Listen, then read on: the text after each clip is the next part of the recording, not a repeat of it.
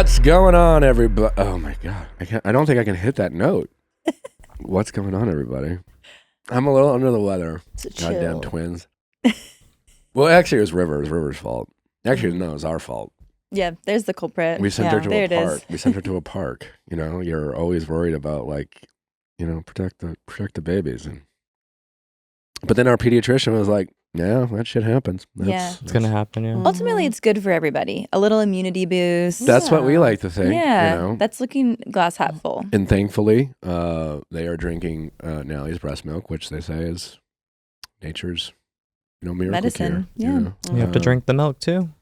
Yeah, you might have to, Nick, if you want to get over this. Yeah. No, my doctor said I should shoot up my nose. Wait, that's crazy. I thought I was powering through because it was earlier in the week they got a little sick, and I thought it was like a couple days ago I felt a little icky because usually I don't get sick. They're a pretty good immune system.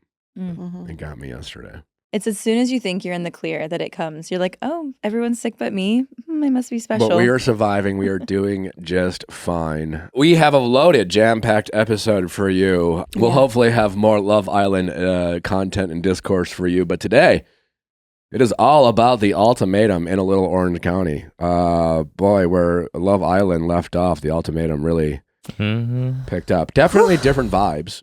Different vibes. Yeah. I love it. I don't watch many dating shows. Really good. But I've always loved the Ultimatum. I just, there's so many like reality, dating competition shows that like focus on singles, which makes sense. Yeah. But I really like the ones that explore relationships and those dynamics, and the Ultimatum is a wild show. Where do they find these? Where do they find these people? I agree. I feel like we don't get a lot of shows where you're actually showing established couples, and it makes you realize who, like, everybody just has different things that mean normal in relationships. And you're like, this is normal for you, not normal for me. Yeah. Okay. Or just like how they hear each other. Yes. When they talk. I think it's really more about breaking up couples rather than finding love. I mean, I think so too. How many do we know? Can we ask the internet? Yeah. How many new couples, if any, have been formed from the Ultimatum? My guess is 0. My guess is 0 as well.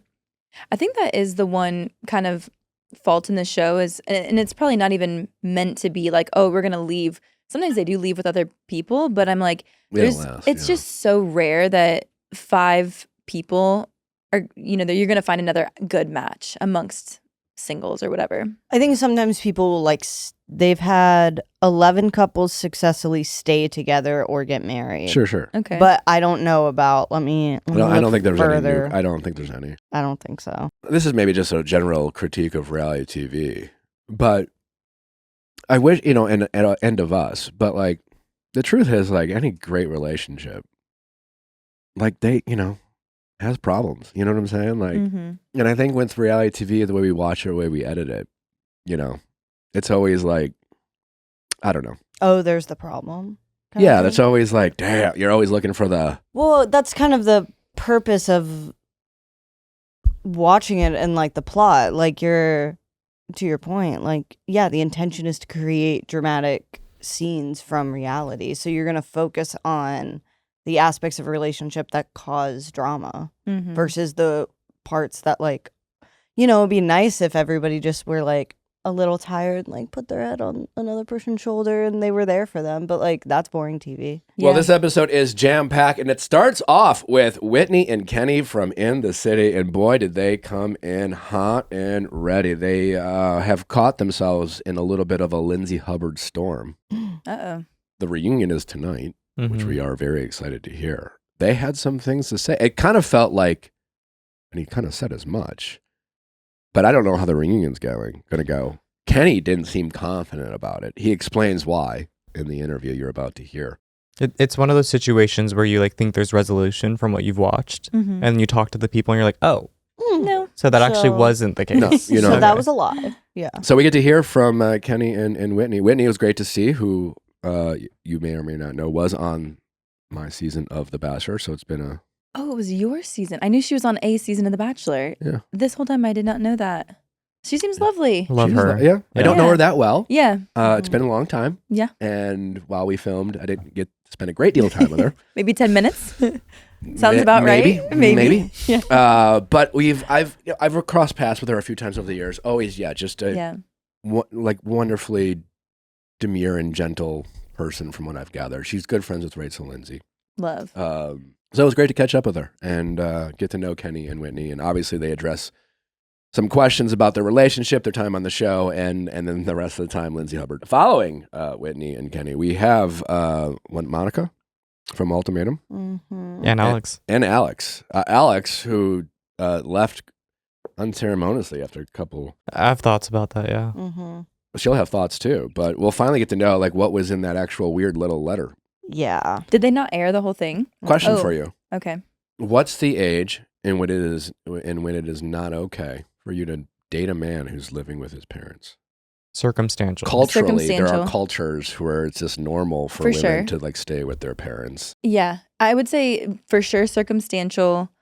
On one hand, I could By totally. circumstantial, you mean like temporary? I think it It depends. Well, yeah, I think it's like I could so respect. Like I've heard stories of people who start a business and they're like, I had this dream and I knew I was gonna have to sacrifice so much, and I moved in with my parents for a year or Sure. whatever, got my business off the ground, and Caregiving your parents. Some Or people have to caregiving. move in and caregive. Like that's the thing. totally Okay. or hard times. But that's Also where, culturally. Yeah, also culturally. Yeah. That's But not what that- you're asking, though. Everything. And then the other, Everything Out in- all and of we the know. reasons that would like make it okay. Everything in this world is circumstantial. Of course. Yeah. So that's why we're acknowledging. Jebbin, our boy on the Ultimatum, was Yeah. just like he just was living with his mom And beyond that, described that he needs his future partner and wife to be his new mom. to be Took me out mommy. with that one. It was like Yeah. she makes his lunches. The expectation of his mom to still parent him, that is so much more of a red flag than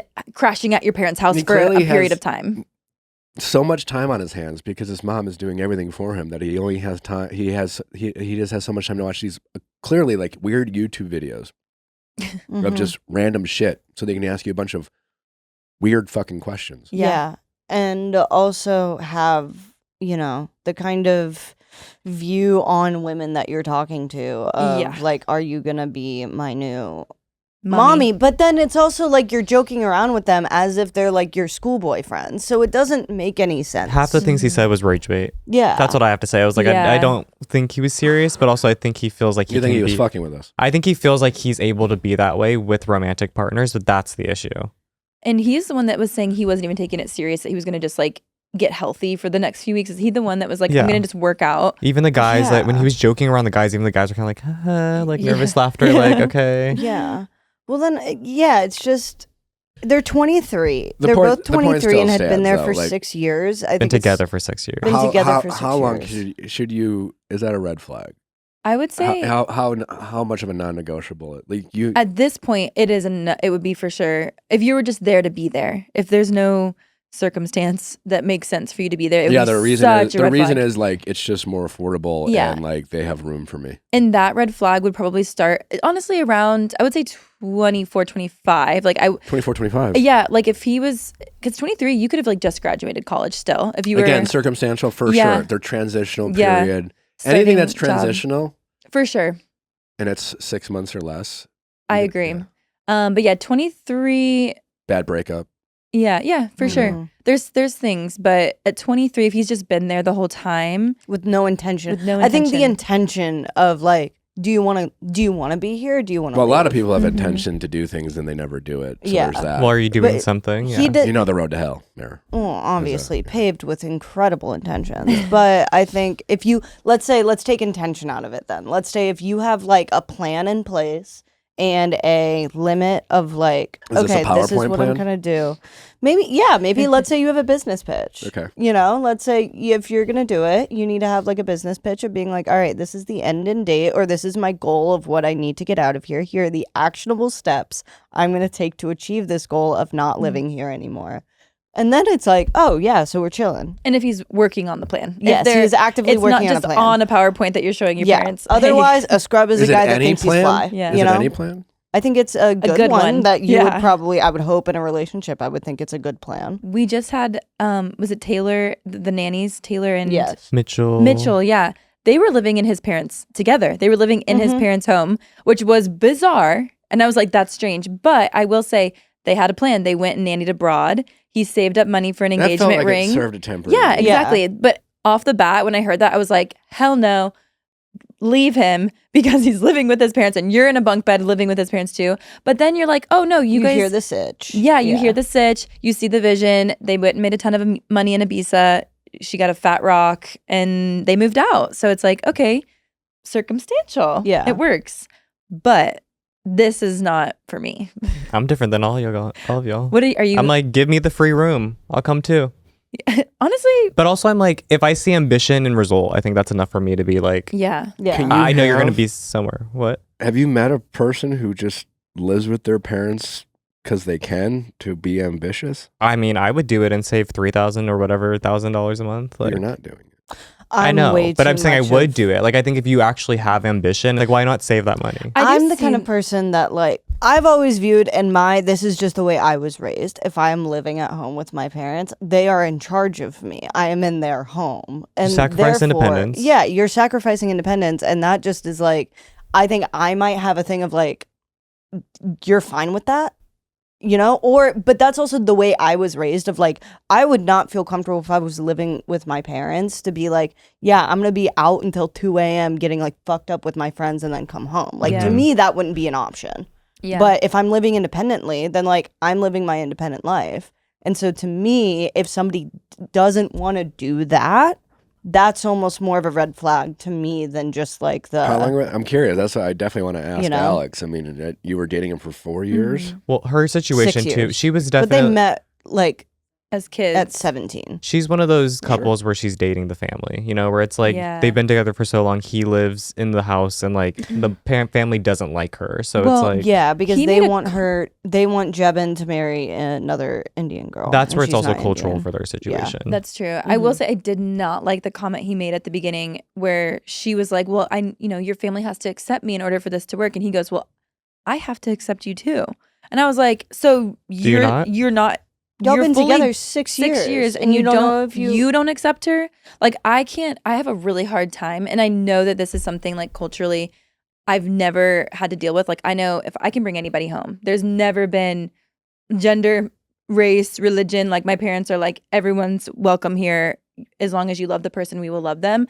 So I've never had to deal with that. So like, and I'm really grateful, but that would be really hard to date somebody and be like, my parents don't accept you, which is, I've run into that before. Mhm. And it's like, damn, like just to know you'll always be an outsider. But on top of that, your partner doesn't know if they accept you. I would be so out so fast. I'm like, okay, I hear you. You don't have to tell me twice. I will Mhm. see myself out. That would be like that's an insane thing to say to somebody you've been dating for 6 years. Mhm. Crazy. It is, yeah. Yeah. What about, have you guys ever been in like a like quad relationship situation where you're all texting each other and calling each other manipulative and staying up until 5 a.m. having a conversation? That ever No, happened you're to just y'all? kidding. Let's save that for that. Just wondering if that's relatable. What? Killian's he's kind of the worst. He kind of looks like straight Matt Rogers. A little bit. Oh, kind of. That's just. Wait, I have And a he question does? for He Killian. does. Do we think male friends who are like that, like surrounding yourself with male friends like that, does that make you worse? Are you part You are of the it? friends Yes. you keep. You are the friends I you hate keep. it. Mhm. I would want to know if we get a chance to talk to Killian Yeah. or Ashley, who seemingly read the text. Was there what was his response? Was he pushing back? Did he say, "Hey guys, let's not talk about women Didn't that he way"? say- No, he in said the show. This does suck, guys. That He Yeah. said, ha ha ha ha ha. ha ha. Yeah. He's That does laughing at suck. it. He's not adding to it. He's just enabling it. The He's fact just allowing that- it to continue. Context clues me as somebody who has been an investigator in a relationship before. Just putting pieces of the puzzle together. How did his friends know that the new girl had no titties? Or that they He didn't have had sex. to- yeah, I'm like same he thought. fully said she's And either these are flat his- or doesn't have boobs, and we haven't had sex because they didn't just put that together. These are his closest mates. Yeah. You know what I'm saying? Like, in my single days, even now, like I have friends who like I don't necessarily like completely agree with how they move. Mhm. They're more acquaintances, you know what I'm saying? But like you can be friends with certain people that like you don't agree with everything they do and Mhm. they've been bad boy, I've had a couple friends where I'm just like you're a piece of shit, when it comes to being a partner. I'll tell him to her face. Mm-hmm. But this is like his, these are his closest people. He's in this like social experiment, and he is. This is who he's texting when he's on Netflix. Yeah, these were not, the people I'm Inside talking about circle. would not be people I'm reaching out to. No. During No. this time. Or they weren't the first person I called They're not when I going to got be. off The Bachelor. They're not going to be the people you would want opinions on women you're talking to.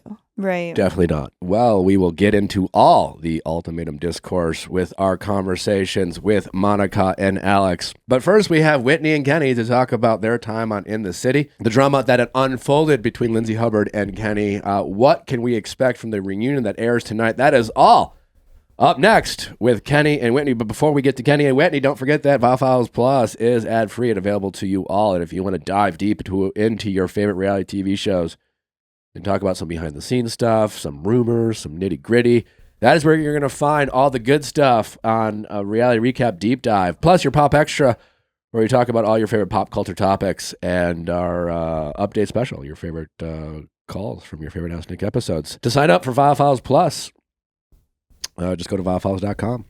You'll be glad that you did. Mm-hmm. All right. Kenny and Whitney. Well, now that I have given birth to these two beautiful twins, I have started taking a postnatal, and it was no question which one I was going to take. Obviously, Ritual. I've taken Ritual. Honestly, for years now, I've taken every product they offer, and all of them are hands down the best. Ritual's evidence-based prenatal multivitamin formulated with traceable ingredients to support pregnancy with clinically backed nutrition. Now, Ritual uses bioavailable nutrients and patented delayed release capsules designed to dissolve in the small intestines, which is optimal for absorption. One thing I loved about Ritual while I was pregnant is that they essence their capsules in either citrus or mint. Citrus is my favorite. So that way when you're taking them and you got morning sickness, you like feel ill, you can't taste anything or can't smell anything, it's so easy to take your prenatals, which are so important for you because they don't smell bad. They smell delicious. Ritual's prenatals are vegan, gluten, and major allergen-free, non-GMO, and made without synthetic colorants. So don't settle for less than evidence-based support. Save 25% on your first month at ritual.com/VIALL. That's ritual.com/VIALL for 25% off your first month.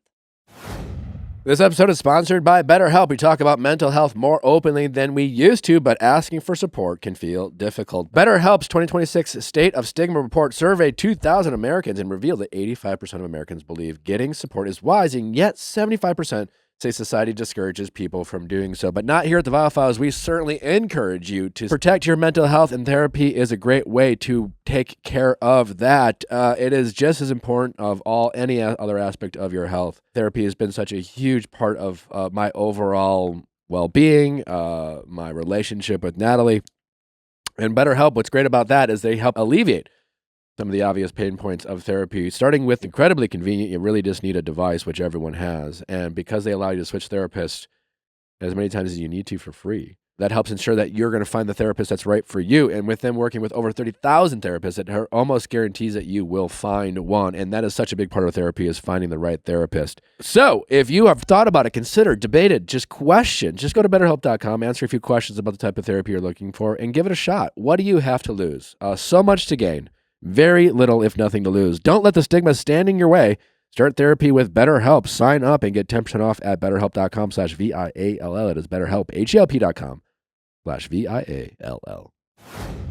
Whitney, Kenny, welcome.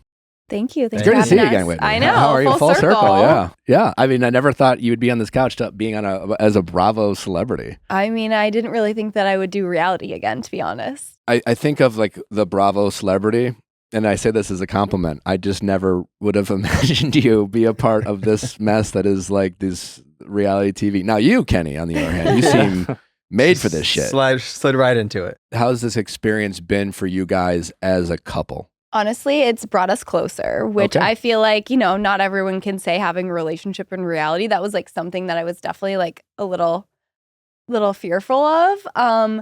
But we just have really good communication, a strong foundation. So far it's been really fun, and it's actually brought us closer because it brings up conversation Sure. when people are poking holes in your relationship. How did this opportunity present itself? Was it through you and your relationships? Yeah. There were a few times over the past like 8 years where they had kind of engaged me, being like, "Hey, summer house, winter house," Okay. and it was just never the right fit. And I think Gavin was going through the motions for In the City, And in his conversation and his friends are like, he mentioned Kenny and they're like, oh, we know Kenny. And so they reached back out and then we started having conversations around. And then you had to like go to, where you're like, hey babe, like what? It was Honestly, at first I was like, no.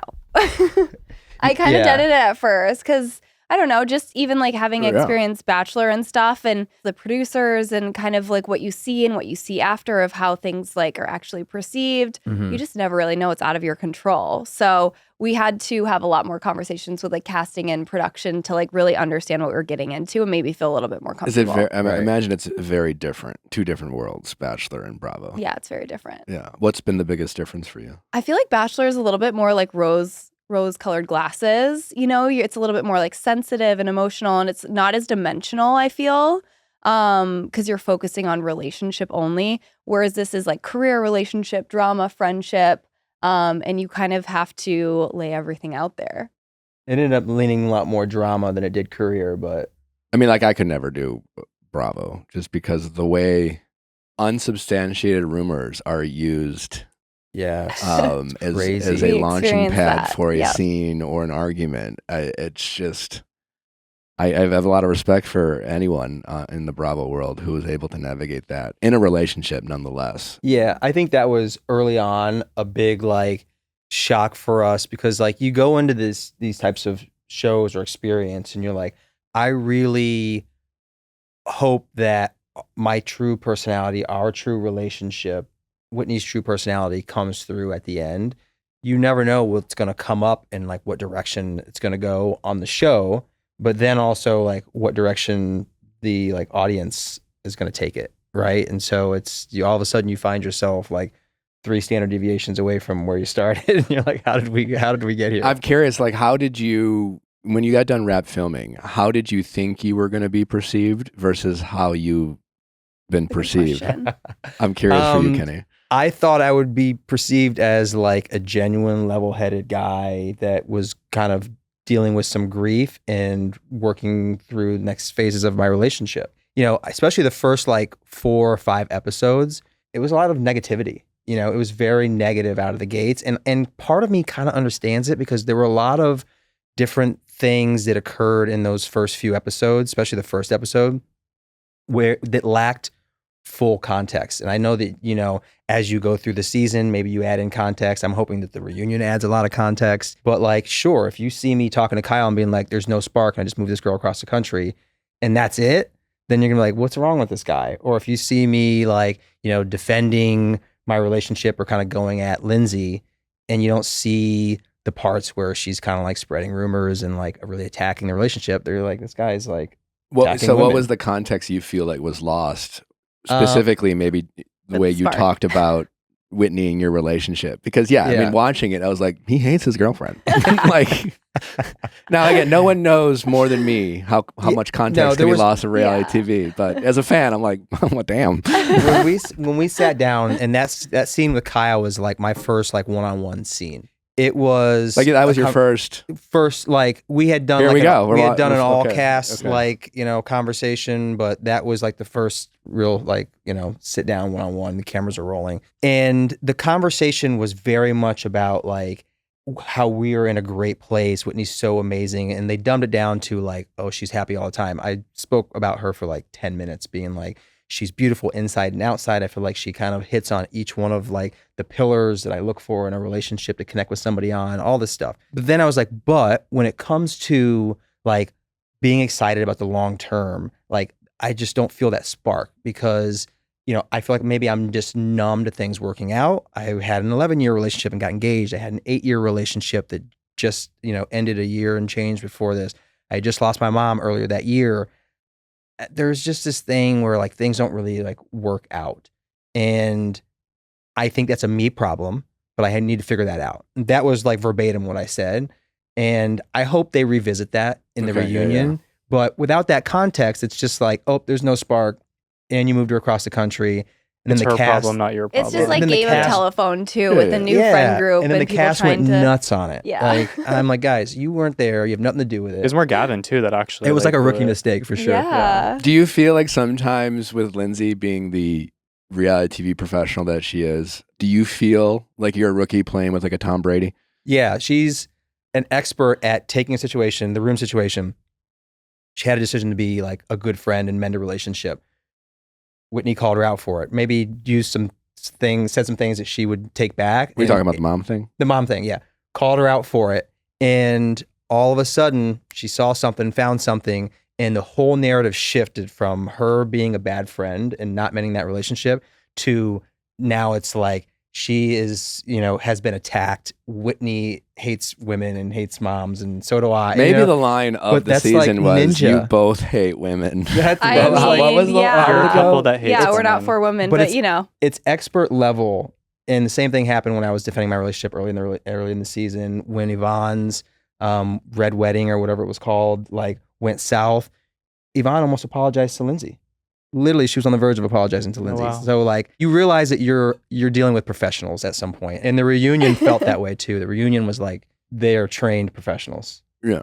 it was no woman tell all. That's for sure. The mom comment. I felt like you had her, and she then you admits just to it. Like if you you see just- it in the finale. But it's when you tried to explain why you felt the way you did. Then I was like, know.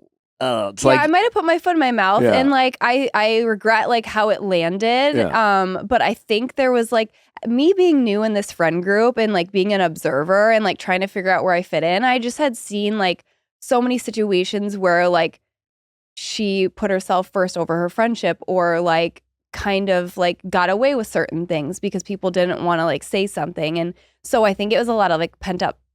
Yeah, it was stuff just about it was just that, the and stuff it's about the mom yeah. thing was the example used for the room, but it wasn't intended to be something towards Well, single moms. It definitely felt like she was in that moment using it to get the room. It was Yeah. just It was more her- like when you were when you were trying to explain why you felt the way you felt, and then you were like, The but she has all this babysitting, help. yeah, And it came across as minimizing, Yeah. regardless of how much help she gets, how hard it is for totally. any mom And to mom. I definitely Yeah. regret Yeah. the nanny comment. I But she think had I you was there just once- kind yeah, of once you- She had you. on this rant when That's- everything was kind of taking a different lane than it was intended to, and so I that was a silly comment I made. And I've told her countless times in that conversation, and even since then, I see her as a mom and Georgina and how they show up for their Have you kids. and squashed the beef with Lindsay? Has she accepted your apology? Or? I sought her out so she could actually hear me when she wasn't riled up, and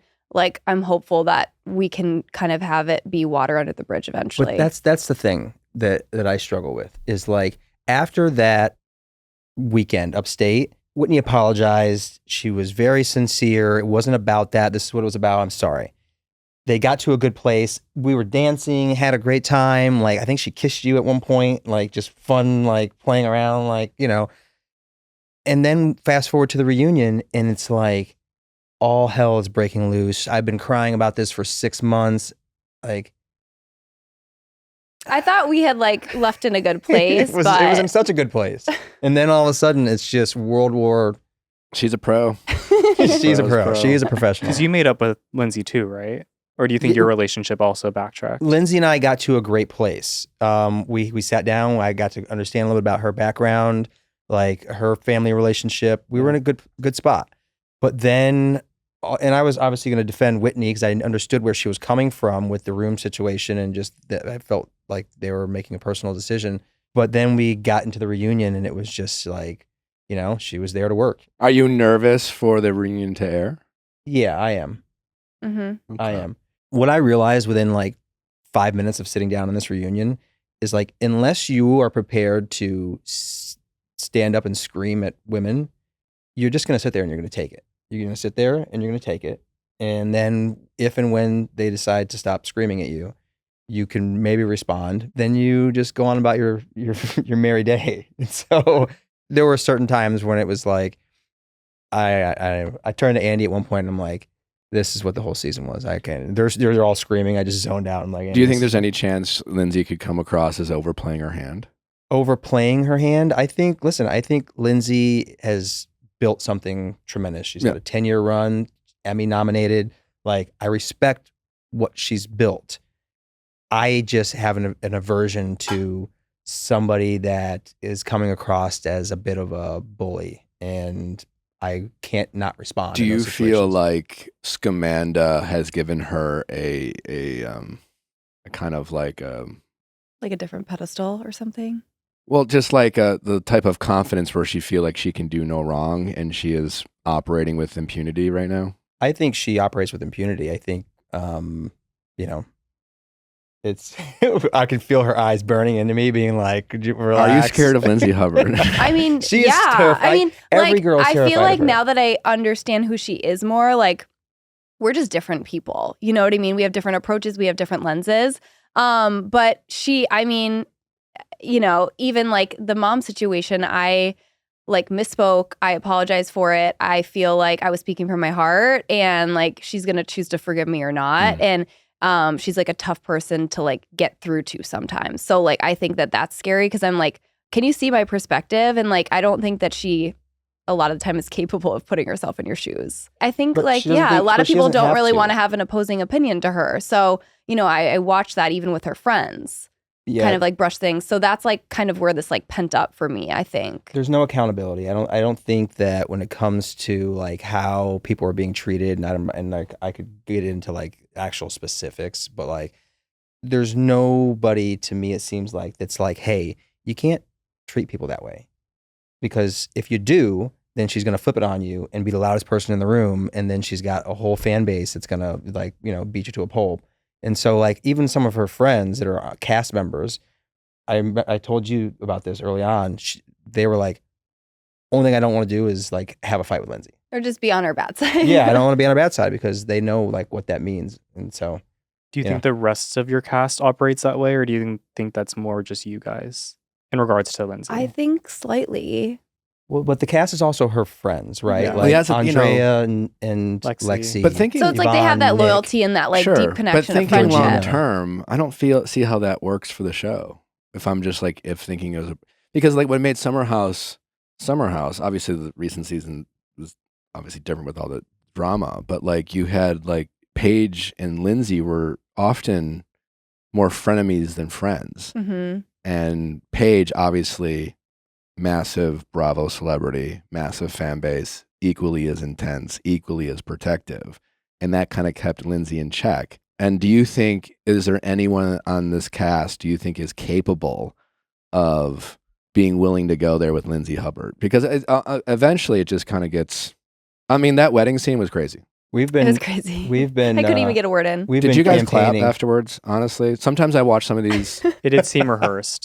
Or No, like- no, It really There was wasn't. nothing rehearsed. Next to like my dad episode, that was my favorite episode, because I was like, It was a beautiful episode. when by we the were way. in it, it didn't feel like it was that crazy, but I guess it was, right? Like, I mean, she was Lot of standing layers. up, screaming at everybody, and then Yeah.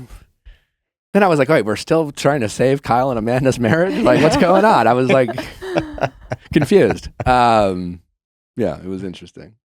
But would you say, despite all that, did you guys enjoy this experience, or it almost sounds like you guys aren't committed to a season 2, even if Bravo is? I think we got to get through the reunion. I think for me personally, it was a roller coaster. And at times that roller coaster like dipped through hell and came out. And then like I had some really beautiful experiences and opportunities with my father. Yeah. And the community that I was looking for when I did this show was super negative to start. And then like when we kind of hit episode 4, 5, 6, you started to see like who I think I really am and the father stuff. And I really found that community that I knew existed. And so that was a really good experience. I think we got to see how we end. Yeah, we kind of want to wait and see. I think when we signed up for this, we knew it wasn't going to be like all like this and like all perfect Yeah. because Mhm. we stepped into this in these shoes being like, we're going to like show all sides of ourselves Mhm. and not everything is like perfect and we're not perfect. So Right. I think it's been a roller coaster, but hopefully we end on somewhat of a positive note. Is the Gavin we're seeing on the show the real Gavin? Yes, he's been more. Yes, Gavin is like a character and performative to an extent. He The biggest charmer I know. He's he very like has so many charming. friends. Gavin has a very big network. He's in hospitality. I've never seen him come at me in my relationship that way. And that was felt odd. to That me. was It new. was so different to us because we had just spent the whole summer together before that. He kind of Like- comes across as the guy who's has nothing going on in his own life, so he just like sticks his. Well, he had come out of a relationship like right when we started filming. He was transitioning out of a relationship. We were getting more serious, and Was he projecting? I think there was definitely Yeah. some projecting / discomfort around Whitney taking some of his Well, he time, was like newly yeah. single. He's like, I want my boy, and like I was the priority. So it was just like this change for Yeah. him at the same. Yeah, and I priority. am. I will continue to be Gavin. We love you though. It hasn't changed your friendship. I say this like Gavin gets away with murder because he's just such a lovable, likable guy.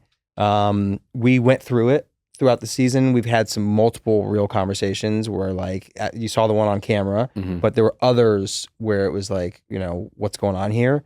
And I think we're in a good place. And I think he's making a lot of effort, and it Mhm. feels somewhat Feels back to normal. genuine. Although he was 0.0 help at the reunion. Like when you need someone to have your back when you're getting like 6-on-1 again. Where was Kyle?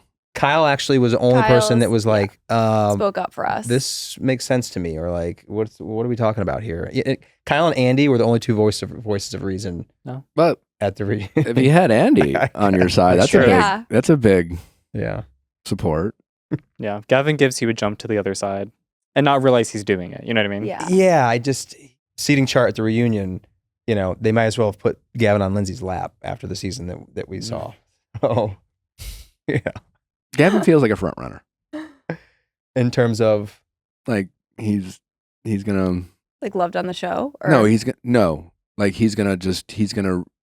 root roll for their with- front run. Like whoever he pays attention to who's winning. yes, Gavin's And he- aware. and he Listen, latches on. I'm not going to say he's a front runner, and don't chop that up to make me say he's a front No, runner. I don't chop anyone up. I will say that Gavin's very aware of who's who in the room, Yeah. and we've always been boys, and he's always taken care of me, and I take care of him. But he's also very aware, like Lindsay is running the show apparently. So like You never know. Like, listen, when it comes to reunions, people have overplayed their hand sometimes. Maybe it will read as like, yeah. I hope Lindsay went it too reads far. as we experienced it. Yeah, listen, that's the thing. You hope in these shows, in these seasons, that what is portrayed is how you experience it. But everyone experiences it different, so they can't portray it the way everyone experienced it. And I think you But- also like experience, like, I think it's been interesting, like watching it from our perspective and like seeing the episodes back. Cause like you expect to see like so many other moments or Yeah. like you want to see it through your lens and like, it's just not always Or the you see case. more moments of people talking about you too. Totally. have you let yeah. Whitney decorate the apartment more now that she is? Are you guys still living together? The apartment Yes. is decorated Okay. to Whitney's liking. She You don't seem to like that. no. It actually yeah, I mean, was, sound more it was excited. amazing. It looks amazing. It actually. It's like one of those things that you don't know what you don't know. You don't Yeah. know what you're missing, Boys especially as are a very guy. visual. So like, it's like you have to kind of just do it. I mean, And I then always they're like to think that I had taste, Yeah. whether it was with fashion or not, maybe less interior design, but I thought I had an opinion and I thought it was good. And then when I met Natalie and she moved in and she like did her thing, it was like, oh, this is like way better. Like Right. it could use like a woman's touch, as A they woman's say. touch. It like Even the goes a long shelving, way. Like, at first she brought all this wooden stuff, wood shop blocks, and I'm like, oh God, this is gonna be a disaster. But it was beautiful. Yeah, we moved the sunglasses into a drawer. Uh-huh. They're not on the decor shelf I now. support that. Like we you don't made want some you don't want to be a improvements. guy at I'm guessing I'm a little older than 42. you. Okay, yeah, but same age. Have someone come in your apartment and it just looks like Yeah. you live there and no Yeah. one else. Yeah. Like and, that's- and like it was nice before she came, but now I think it's just a really beautiful apartment. I love this whole narrative of like she doesn't get a closet, you know what I mean? And meanwhile, she has like a closet that's bigger than probably how did our that happen? bedroom. What did you? She was like, I was fighting to make the second bedroom into a closet because, New York, like coming from LA, I Yeah, had like a huge So walk-in much closet. space, yeah. I'm like, I have so much stuff. Like, where is it going to go? So we finally got to a good place. and it. there's a scene where I come home and she's got some, woman in the room giving an estimate on the closet, and the first estimate was like $25,000 or something. Yeah. I'm like, no way. But now, I guess that was pretty quick, right? Mhm. Yeah, she's got a nice, beautiful walk-in closet. So the bedroom is the closet. Yes. Okay, so you got it. We set it on a Murphy bed, so it's still like a usable bedroom, but Right. it's more functional for my closet. And how is Kyle's heart these days? Is he enjoying the single life? I think Kyle's enjoying the single life. Okay. You know what I mean? Like if I was, even when they first broke up, we were at Rocco's having like a boys' night, and I'm like, Kyle, I let's was just lay low.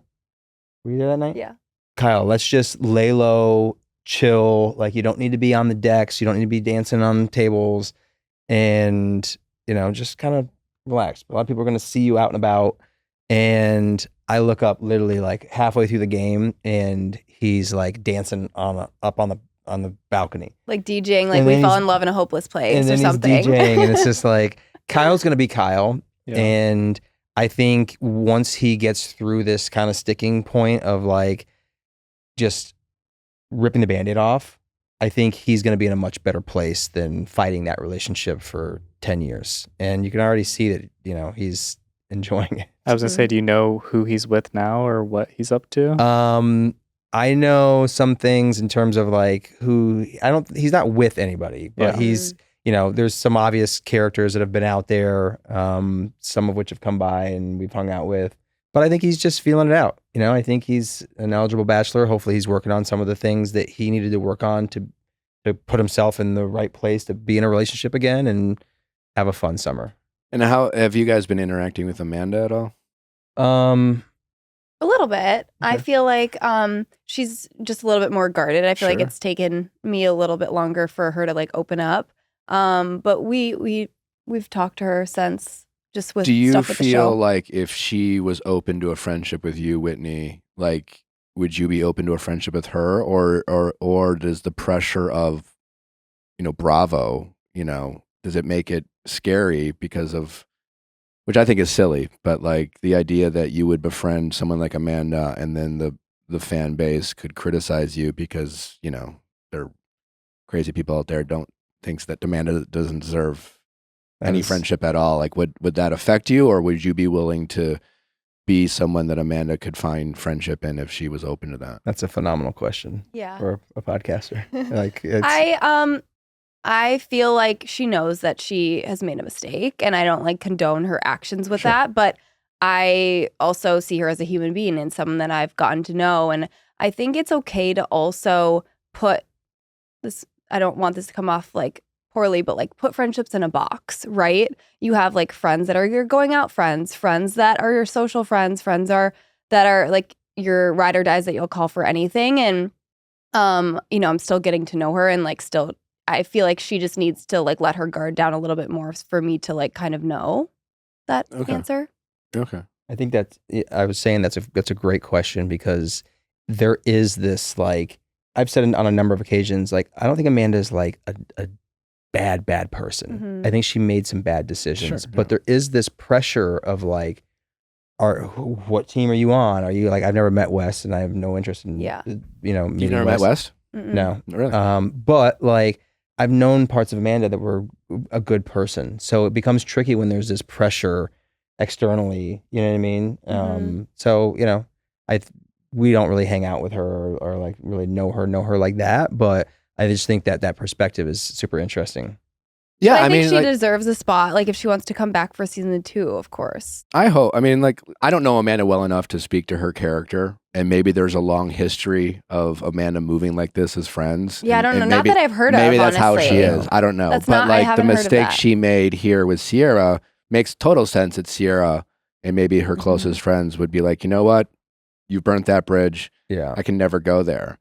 But the idea that Amanda couldn't learn from this mistake and be a better friend for it to the people she makes friends with going forward in life is ridiculous to Yeah. think that she doesn't, I don't want to say deserve, because I don't think we ever deserve second chances. But if someone's willing to give her that chance, I would like to see her embrace that. Because like, what's the point? Like, reality TV is not interesting unless there's redemption, unless there's an evolution. To Lindsay's point on the reunion, like, a lot of people didn't fuck with her for a long time. Mhm. And it's interesting now that people do. Yeah. There's the only thing with Wes and Amanda is that like that I think everyone is struggling with is like, is this your person? Like, does she really feel like this is her person? If not, then why not just be like, I made a mistake. Let me start the long road to recovery. But like, I don't think she knows. I don't. I think there's part of it too that feels like, oh, we have to hold on to this too after everything. Right. Is it like, hey, somebody in some PR bubble somewhere was like, hey, you guys need to do this now for at least like a year or two? Who knows? Like, I think her heart's really in it. I just think that he's questionable on everything. but how does she not? see I that? said this, I think mean, we've before. we've all give someone a chance, and especially when they move like a West, but they move seemingly different with us, it feels a certain type of way. And like you look at, again, I only know Amanda and Kyle's relationship through a TV screen, so I don't know the real thing True. behind it. But yeah, I mean, again, not that she picked a guy like West, which looks like an extreme version of Kyle, but I'm just saying it makes a lot of sense that that West did what he did with Amanda, that made her feel a certain way, that clouded her judgment and made her see that relationship through rose-colored glasses. Well, I mean, it's a tale as old as time. There seems to be, though, like, I don't know what it is, but like you look at all these like Bravo lebs that Wes has had these interactions with, there's something going on there. Like, I almost don't want to meet the guy because I'm like, I don't know what you're doing to all these people that you're putting them under some sort of hypnosis. But if he came on our show, I think there's been a lot of people on Summer House that have gone deep. They've opened up, you know what I mean? Like a KJ, a Mia, like Sierra. They've brought depth to the show. And it's not just because they're Black or diverse, but other people have as well. Carl, right? Like, I just haven't seen that side of Wes. And it's been just like the relationships and like the theme parties and Wes kind of bouncing between the two.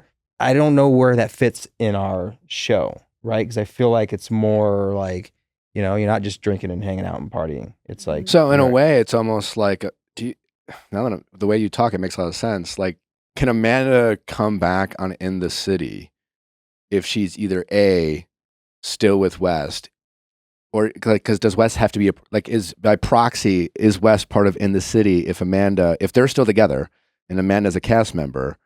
It'd be weird if he wouldn't be, right? It would almost like, what is Amanda's story if not West? And like, we're not, that is kind of weird. I think there's a scenario, and I have no information, but I think there's a scenario where Amanda's involved in some capacity and West is like friend of, you know, relationship. He's doing a scene here and there. I don't know. But also like, I don't know what he does outside of reality. So like, maybe he really he's just a lover boy. He's just he's just one of those guys. He is a charmer. He's just one of those guys who he always says the nice and funny thing. And if he was like, didn't move like, you know, he's like, I don't know if you watch Love Island, but he's sincere, you know? Yeah. You know, where sincere. I've never met him, but I've seen him and Sincere. Yeah, he's like saying one thing and doing another, and and it's easy to get away with that unless it's like, unless you get caught, so to speak. And sometimes, you know, in today's dating culture where boundaries are always very vague, you know, and relationships are hard to define for people for some reason, it allows people like Wes to move that way. And it obviously caught up with them. Yeah. The big question is will he actually make meaningful changes in his life? I mean, if this He's isn't the only a catalyst, one that can do that. If this isn't a catalyst, then I don't know what is. And maybe this was like what he needed to get out of like that, you know, emotional kind of maturity. Do you think there's a world where Kyle would forgive West? And I don't mean it seems like Kyle's like a big person where he could be like, I've forgiven West, I've moved on. But I mean like actually mend that fence. I don't think you can ever be as close to someone when he was. Yeah, I don't think he would ever be as close. You know, but could he be like cool with him? I think he could be cordial. I think Kyle is like a very unique individual in his ability to like be cool in this situation. And like give a lot of grace. Yeah. Like you even see that when they sit down for that conversation, even like with Amanda, right? He's still like kind of putting Amanda first and like being there for her and trying to find that boundary. But like Kyle and Amanda's relationship now is almost like a couple that got divorced like 5 years ago and have been co-parenting like very well for 5 years. It is what it gives off, yeah. It's like they see each other and they're chill and happy and hang and joke and like make jokes about double dating and like, so there is this dynamic where I could one day maybe see some sort of, coexistence that's like friendly. It is weird that Amanda and Wes are still together. It's weird. Because it's like if I knew Wes, I would have an opinion. I just don't. I based on what I've seen, I would have thought that that's not the case. But it's summer. There are weddings and traveling, and but then again, like maybe if for no other reason, Amanda feels so alone and so isolated that it would be hard for her to distance herself from that, and then really, I don't know. True, I never thought about that. There was that scene with Amanda and Kyle, and and she was like, "Everyone hates me." Like, I mean, I believe Amanda when she's like, "I can't walk outside," I believe it too. Yeah, and that's gross. Yeah, like I hate that it gets that intense. Like, come on, guys. Like, yeah, for sure. Anything else that you guys want to address before we let you go, or just put out there into the universe, or I hope you guys come back. I think you were a great addition. I really enjoyed In the City. Yeah, for a new show. I love a New York based show, and I like this age group of friend dynamics. And I know like you had to take a brunt of it, but you were an integral part to the the storyline. How has it been work-wise for you? In terms of like balancing? No, well, in terms of, I don't know what work looks like for you, and if you have to go in an office, and if you have a boss, or if you're just like independent, but are like being a reality TV star and being, a corporate bro, like sometimes don't mix. Yeah, no, the reason why I did this opportunity is because like I'm no longer in a corporate setting and have my own, so you can do what you want. My own exactly. Okay, cool. Exactly. So, listen, I think I'm optimistic, and we're optimistic that like in time people will see who we actually are and who I am in our relationship, and I think we're getting there.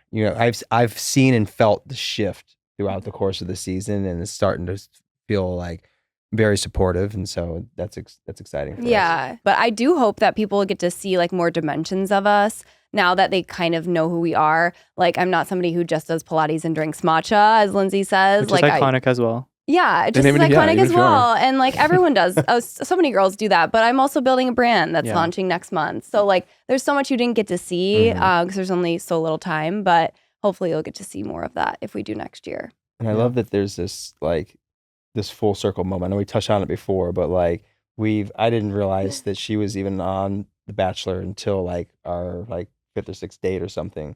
And my first question was like, did you make it to honeymoon suites? Fantasy suites. Fantasy suites. She did not. And she was like, no. I'm like, okay, that's all I need to know. Pass. Green light. We're good. Even if she did? If she did, then I'm like, okay, what was on TV? What do I need to know about? Like, we have to ask more questions. Okay.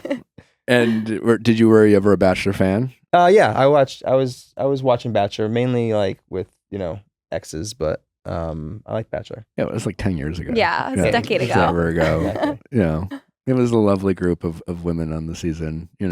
She has an amazing network of women from The Bachelor, and it really is cool to see how like tight knit they are from that experience. You still have like a lot of. Yeah, Rachel's still like my bestie day one. I still talk to Christina, Alexis, Astrid. I ran into Kristen Whitney a couple years ago, and I called her Whitney. No way. That's hilarious. She got 2 first names. Yeah. And I'm like, sorry, fair. you made it to week 2. That's fair. That's fair. Have you talked to Ashley? Because she's also Ashley I? Yeah. She's also on Bravo. I know. I had a conversation with her. It was really interesting because I was like, I didn't realize we were so much in the same shoes. Obviously, I knew that she came from Bachelor and I know her history there, but she was also like the new girl in this group that was close knit. And so we really like connected on that and could relate because I mean, I was like, I'm pulling Ashley eyes right and left. I'm crying in every scene. Like, this is so overwhelming and intense. Who knew? I had so many tears. It was a lot of tears. Between the both of us, I think we filled the cup twice on tears on this season. Well, if you guys are thinking about not coming back, and you probably have gotten this advice from people in Bravo, but it would seem like a shame because like, you would be quitting at the wrong time, because you have to quit while you're ahead. And if you're not ahead right now, there is always a redemption. It's not about like where we are in the arc or whatever. It's just like, is it worth it? Is this something that's fulfilling us? Is it something that we want to continue having fun doing it, and we're growing from, and like building this community, and like we're doing it for a reason. It's not because we need the money or because like we're like out here trying to like get famous. You know, it's a really cool experience, and as long as that continues to be fun and enjoyable, and we can build a community of people that like, you know, can really we can connect with, like that's like the goal, and so as long as like we stay on that path. How long have you guys been dating on the for? table? Like a year and a half, almost 2 years. Almost 2 years. Yeah. Is this like endgame? Yeah. Mm-hmm. Okay. Cool. You're technically married, right? I mean, we're technically married. According to the Peru. Mother Earth spirits of Peru, we are actually one. Oh, and before we let you go, have you been in contact with your father? Has that relationship grown since we got to watch that really beautiful conversation? Yes, it has. That was such a crazy experience when we first cast, like our very first like interview. I was like, this is what I'm doing. I lost my mom. I'm working on finding my father. Like this is part of my story. And I hope they didn't cast me for that reason, but I committed to just doing it all out there. And I'm so glad I did, because it ended up working out. It could have been the opposite, right? I could have never found him. Like he could have not been around or alive still. Yeah, like a hunch he wasn't alive. I had a feeling that he wasn't. I thought, I don't even know. It had been years, but like, finding him and reconnecting was just unbelievably amazing. And now we talk multiple times a week, and it's just like a really good dynamic. But like also the amount of people that have reached out and been like, you healed a part of me in watching that. Or, hey, I've been estranged from my, father for, 16 years and decided to like start looking, or, I cried with you that night. It was just like really, really amazing to see like thousands of people that have been through the exact same experience. So I'm so happy that I actually did put it all out there. But no, it was by far the best part of this whole journey for me. Yeah. Thank you for sharing it too. It was beautiful. Yeah, appreciate that. You had that conversation with Lindsay, obviously, with her relationship with her mom, and each relationship and estrangement is different, happens for different reasons. But are you kind of, now that you've reconnected with your father, of the opinion that like it's best to try to, if you can, reconnect and try to let bygones be bygones if possible, just because, hey, you only have one parent, and despite all their flaws, it's best to not live with regrets? Or is that something you don't feel comfortable really pushing if she doesn't want to receive that? It's something I don't feel comfortable pushing. Like even in this process, I found like a half brother, and like I didn't want to push this on him. Once I spoke to him and he didn't seem like he was super interested, I spoke to my dad. They had never met, and I didn't want to push it on them. Right? Mm-hmm. If he followed up and was like, "Hey, give me the information," I would have given it to him. Same with Lindsay, where it was like, she has a different dynamic with her mother, and I think it's more important just to have the awareness, right? Like I went to Hoffman after we finished shooting the season, and like that kind of stuff I think is more important, where it's like, if you think there's a path to reconciling, then by all means reach out and find the person. If you know for a fact that it's detrimental to yourself or your kids or whatever, then skip it, but go to Hoffman and understand like how did this trauma, or how is this trauma showing up in your life and in your relationships and, everything else. So makes sense. Well, it's good to see you. It's great to meet you. And again, congratulations on a great season. And I look forward to seeing the reunion. I know you're less looking forward to it, but I appreciate the context, and maybe that will be, people will watch it with a different lens. But yeah, I don't know. I think reunions are more interested when they're even-sided. So I'll be curious if it just, I don't think it ever lands if it's one person shouting at one other person for an entire thing. So yeah, we'll see next week already. We'll see. I don't know. Coming up. Is it 2 or 3 part? It's 2-part. Okay. Yeah. All right. It's that spicy. All right. Well, Thanks for having good luck. us. Thanks for coming. Yeah. And it's great to see you guys doing so well. And maybe, hopefully, we'll see you more in the future. Thank you, brother. Appreciate it. Thanks, guys. Thank you. Cool. Well, what did we think? I love Whitney and Kenny. I liked what they shared on the show. I do think, as Whitney said, she did put her foot in her mouth a little bit there. Sure. Yeah. And they clocked her. What did you think about what they said about Lindsay Hubbard? I don't know. A lot of what they responded to or referenced was something about the reunion. Like, I guess Kenny felt like he didn't really have a place to really say stuff at the reunion. Interesting. So I don't really know, like, if it was just heightened energy or Yeah. like if there just was literally not a spot for him to say whatever he wanted to. It's also like a big cast, and can you imagine being at your first reunion, like trying to have your voice when like half the cast is like OG people from other shows? That's the thing. That's what I'm really curious about with this reunion coming up, is just watching Lindsay, Kyle, and Amanda Amanda, whatever. I'm so But- curious how Amanda's going to be. I know. Especially they're coming off the Summer House reunion too, which was like boom, boom, boom, boom, boom, Avengers Endgame type of shit. I'm expecting very little from Amanda. In a good way, though. Like, I think she's gonna actually be vocal to the point that people don't really. What do you talk think about her. she's gonna say that you're gonna go? You know She's what? gonna say more than That's- 5 words. I think that's all that needs to happen for her in this But reunion. what do you need her to say for it to be like something that you go, you know what? Interesting bit of information. Do we need I anything think at we this hear point? Well, her that's kind of my point. I don't think we need like, anything She's at still this dating point. West. I want Amanda to say, you know what? I've really been reflecting on this time.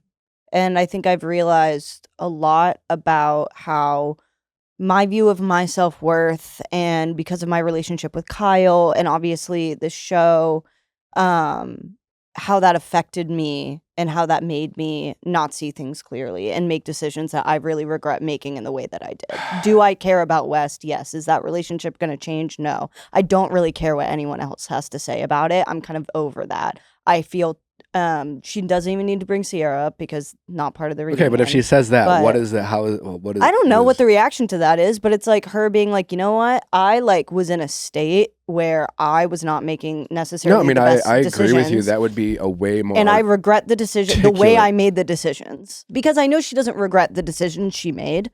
That would be a lie, right? She doesn't regret getting with West, or else she probably wouldn't have done it. But I think she should. I honestly think she I would doesn't know hope yet. that, she probably doesn't know yet, but I would hope at this point she can understand that she regrets the way in which she went about making the decision she did. That's what I would want to hear from her. Didn't she kind of already say that though? Not in a way that wasn't victimizing herself, because she was like, I did this because I was feeling, you know what I mean? Like, how could you not? Whoa. I mean, In the listen, Summer House everything you just reunion. said, I thought was like a more articulate version of what she did say at the reunion. That being said, the way you said it still centers herself around what she was going through, which I actually don't even disagree with. Mhm. I think you can I'm try to thinking explain. for the sake of an in the city reunion, because in the city, it's so specific of her and Kyle's relationship, less so the Sierra aspect of it. That was Summer House. She completely Well, she's very mishandled good at not this- saying Sierra's name, so I Exactly. think she will. She's not great have to at worry it. about it. Yeah. So I think she should have taken the time to focus on the Sierra stuff in the Summer House reunion, and then be like, all right, let's get into the nitty gritty of me and Kyle, because that's where the empathy comes in. But I guess too, that's is where the I'm just Kyle. expecting very little. Can I Yeah. also point out, I had this revelation when I was watching In the City this past weekend, but Katie, who was on the cast of In the City, it was in maybe a couple episodes or not, and then we didn't really see her this whole season. And I believe Katie is the one at Katie the reunion. DeLuca. She was at the reunion for Summer House, or she wasn't at it, but in Summer House reunion, they were like, I have more than one friend, Katie, your friend Katie. Mm. People are obviously speculating, maybe they had to cut scenes out of her filming with Amanda because she was Amanda's friend, and once Oh. stuff went down, they had to re-edit. I don't know if that's true, Why but would they I have to just do that? because they did shoot stuff to change the narrative in the city, given the fact that Kind of looks like Amanda. it's not though. Katie But DeLuca. no, so she wasn't really in the season. Amanda's one friend, Katie DeLuca. Okay. But Yeah. and they did shoot stuff and put it into In the City retrospectively, so that it did. That's the whole thing that was weird about In the City this season, is that it was also watching what was made, but also editing it and putting stuff in. You're like, remember Amanda and West? Don't forget. No, I mean honestly, them this season being about can they save their marriage? girl. But then they did pickups of like, well, we have to address Amanda. So so it was just the timeline was different. But anyways, Katie didn't really appear. It So kinda also ruined that's it. that's where I'm like, I don't think she's at the reunion. She might be. I don't know if Katie I DeLuca? missed her. Yeah. Why would she But- be at the reunion? She didn't do anything. She barely was on the season. But her name was mentioned throughout all of that. That's why I'm like, so Interesting. I don't think there's much Amanda could say. What do you think? What's the new girl on OC? Carmela. What do you think of Carmela on OC? Garcia. I like Carmela. I also am excited to see in the trailer you see her go up against Vicky. Oh, And basically yeah. it's Vicky being like, I don't like new girls. I don't like the new girl. And it's Carmela being like, you're a new girl this season too. And Vicky being like, I'm an OG. I started this. And then Carmela goes, well, everything has an expiration. What's also like, is Vicky gonna have beef with Heather Dubrow too? Because then Sounds Vicky, like it. well, because then Vicky was saying Great. that Heather had sent that text message, like welcoming her back. She was like, because she's the head of the group. Turns out she's gonna find out that I'm still the head of this group. Heather, I'm the head of this. Heather, the I'm leader the of head this of group. this, the leader of this group. And I'm like, Vicky, are you? Carmela is giving Orange County to me. Like Yeah. that's what I like I her- saw that house and I was like, Mhm. yeah, it's big for no reason and you got no furniture filling it up. And Yeah. that's what OC feels Open like to me. concept. As someone who has only been to Orange County one time, briefly. Yeah. Big empty Yesterday. houses. I like her Yeah. background too. She was a Playboy playmate, right? She was a Mhm, playmate. of the year. Playmate of the year. Went home And with Leonardo WWE DiCaprio. wrestler. And that's iconic. Like that's Yes. to me, I'm like that background gives like she can hold her own. So I just feel like she's a good addition. She's not too cookie cuttery. You know what I mean? Like she's got a little edge, and I She like does. it. I think it's good for the OC girls too Yeah. to get someone that's like actually. She's giving the morally corrupt Faye Richards to me. Faye Richards. Faye Resnick? The morally corrupt Faye Resnick to me. I was like, who? It's a Beverly Hills reference. Yeah, OG Mm. Beverly Hills. I'm curious what you guys thought. This caught me off guard. The comment at the end about how she left her husband in which she has 4 kids with for cheating, and then she's with a man right now, and he did the same thing. And she's like, "But we're working through it."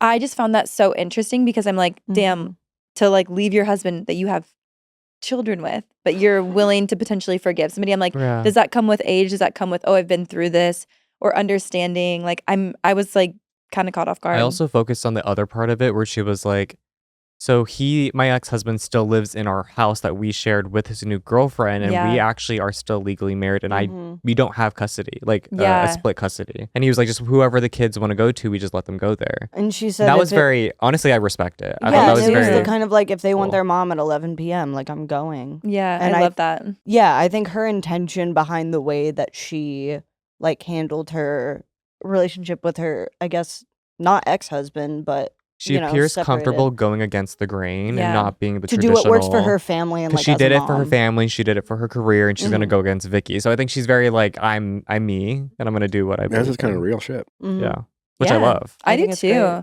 I thought she was very interesting. Like I loved, everything about Yeah. her. I was like, oh, I just like. I think it's cool when people don't feel this need to just like be accepted, which I think. And I'm newer to the housewives stuff, but whenever there is somebody that's like new, and I'm like, oh, you care so much about being liked or accepted, whether it's like by fans or the girls in the group. I don't. Obviously, we haven't seen that much of her, but I like already that I'm like, you actually don't give a fuck if anybody likes Mhm. you or respects you or whatever, because you respect yourself, you like Mhm. yourself, and you're gonna do what you're gonna do. I would be curious as to why she wants to give this relationship a second chance and not, I'm just curious. Me No too. judgment. Just curious as to like, is it more like, fuck it, honestly, like my personal relationship is honestly just not my biggest priority right now. And Right. it's my kids and I just Yeah. don't have time. And this is a stable home for them. Yeah, they already have a or- relationship with this boyfriend Yeah. as well. Or they have a foundation that was worth like looking past Yeah, it. You that's know? true Or yeah, too. is their relationship situational where Mm-hmm. maybe not that it's ever a justifiable reason, but maybe it's something she's capable of working past. Yeah. Or Versus was the marriage, it the, which is like maybe it was that too? That's true that too. was maybe that was a straw that broke the camel's back in Yeah. a marriage that was already Struggling. Or was it struggling. the type of cheating? Like was one an affair? One was a one night stand? Like, you know what I mean? There's so many. I thought that was just so interesting. I was like, wow, this is like a really cool storyline. I'm curious to find out more. Didn't she say she'd also been kind of on and off with him for 10 years? Oh. The new guy? Yeah.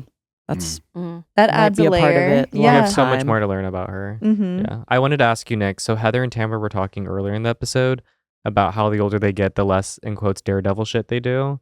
And I was curious, as you become more of a father and you get older, are you less willing to do like risky things, like stunts or like go out and Well, do I've never been a things. big stunt guy. Never a skydiver, bungee jumping. Well, see there, interesting.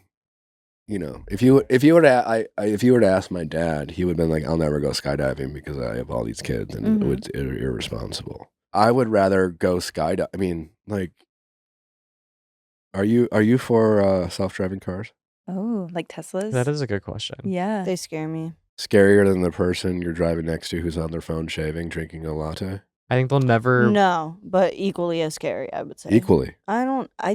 The thought of a self-driving car. I have like a thing with control. I understand that It's more that. it's a little spooky and It's- different and yeah. weird, but like objectively anyway, so skydiving is just like, I went skydiving once. I asked all these questions. It was a long time ago, but like, you know, the only real skydiving, and I don't say only, but skydiving accidents are usually are from like professional skydivers, because they're doing the tricks and they're Mhm. pushing the limits Mhm. and they're, you know, where like, you know, doing a tandem skydive is safer than going on the freeway, you know, and stuff like that. So I guess situational. If I got invited to go skydiving, I don't think I would immediately be like, no, I can't, I'm a dad. Mm-hmm. Just because like, I actually don't think that's all that unsafe relative to like some of the other things that are out there. But I think as a father, at the same time, yes, I'm always going to think about my kids and my family and who is counting on me to be there. And so like, I will take that into consideration, but like,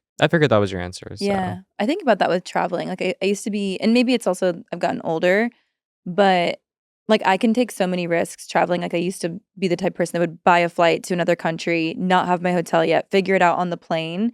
But then I'm like, oh, as you get older and like people rely on you, like if I had kids, obviously I would never do that. First of all, it just sounds really inconvenient. But second of all, like I'm okay with like risking, not my life, but like I'm okay with being risky for myself. But if I'm responsible for my niece or nephew for the day, like I am going to be so careful to protect them at all costs. yeah, So, I don't remember a time where I felt like I took a risk where I felt like I was in danger. Mm-hmm. You know? Oh, but you know what? Maybe your career is like a better. I've taken a lot of risks in my life. That's what for I'm sure. saying, I was going to you say, know? but that might be more applicable rather than like risky, like danger, but more so like the time in your life when you like went out on a limb and started something. Yeah. Whereas like right now, well, you I was probably very would be fortunate. Yes, Yeah, where you'd be I less didn't have likely to kids risk. that Mhm. I could. Yeah. I would. take a risk. You know, if I were a single dad, I doubt I would have said yes to going on The Bachelor. Not because of the optics, but you know, at the time I worked at Salesforce, had a really solid job, and I don't think I would have risked that. Where I was in a position to risk that What about jaywalking? Like, do you jaywalk or are you waiting all the to time, go? Okay. as much as I can. And are you Yeah. thinking about? Well, I guess you're thinking about yourself at that point. I did get almost hit by a car a couple months ago. That is Really? true.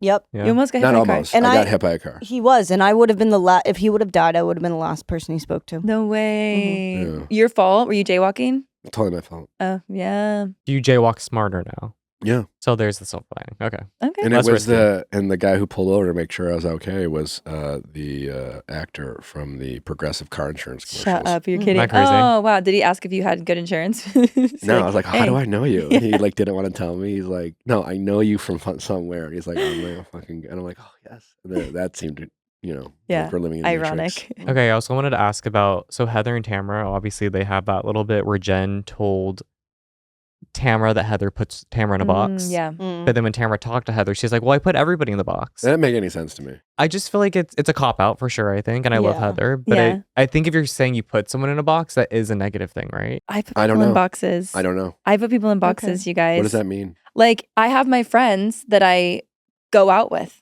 I've got those, I have Okay, friends like that. sure. And I'm like, they're kind of in that box, especially in LA. Like, back home, my friends are my friends. My college friends, like, they're my friends through and through, the people that have stayed through the hard times. But right now, my social circle, I'm like, I have people that I probably won't talk to in 10 years, but they might be people I'm Maybe, down to yeah. go out with. And I'm like, they're kind of in that box. And then I've got people here in LA where I'm like, no, I can trust this person if I'm like going through shit and I need to talk to them and they're in a different box. I would never tell them. I would never explain that to these people. But I kind of get on that front. But also, these people are way more intimate than the relationships I'm talking about. But yeah, that makes sense though, the way you're saying it. I don't know. Yeah, but isn't it just how We all are. But is that what she meant when she said it, or do you think Well, it that's was kind of more... how. That's why it didn't make sense to me. I was Oh. just like, you're just like describing Well, friendships. she said- and how we treat people differently, and how Right. some friends are going out friends. Some friends are the friends that we like pour our hearts out to. Some friends are, in this space, on the context of the show, I took it as some of you I fuck with outside of this TV show, Yeah. and some of you are my coworkers. Which, by the way, Kind of, I think yeah. it could be a product of Heather was bringing it up that she basically said Jen is like baiting her to say things. Like she's one of those friends that like just keeps asking the question or saying it in a different way until she accidentally says something. Yeah. And then takes that and goes back to like Tamara. Well, I wouldn't say accidentally says something because I don't think it was like an accidental thing what Heather said. I think it was true, but I do think that Jen like definitely asked her leading questions to get to that point. And also like in defense of Heather, but also not in defense of Heather, like you do compartmentalize. I took it as Heather saying that she compartmentalizes things about her friends that she doesn't necessarily like in order to maintain friendships with them. I could see that.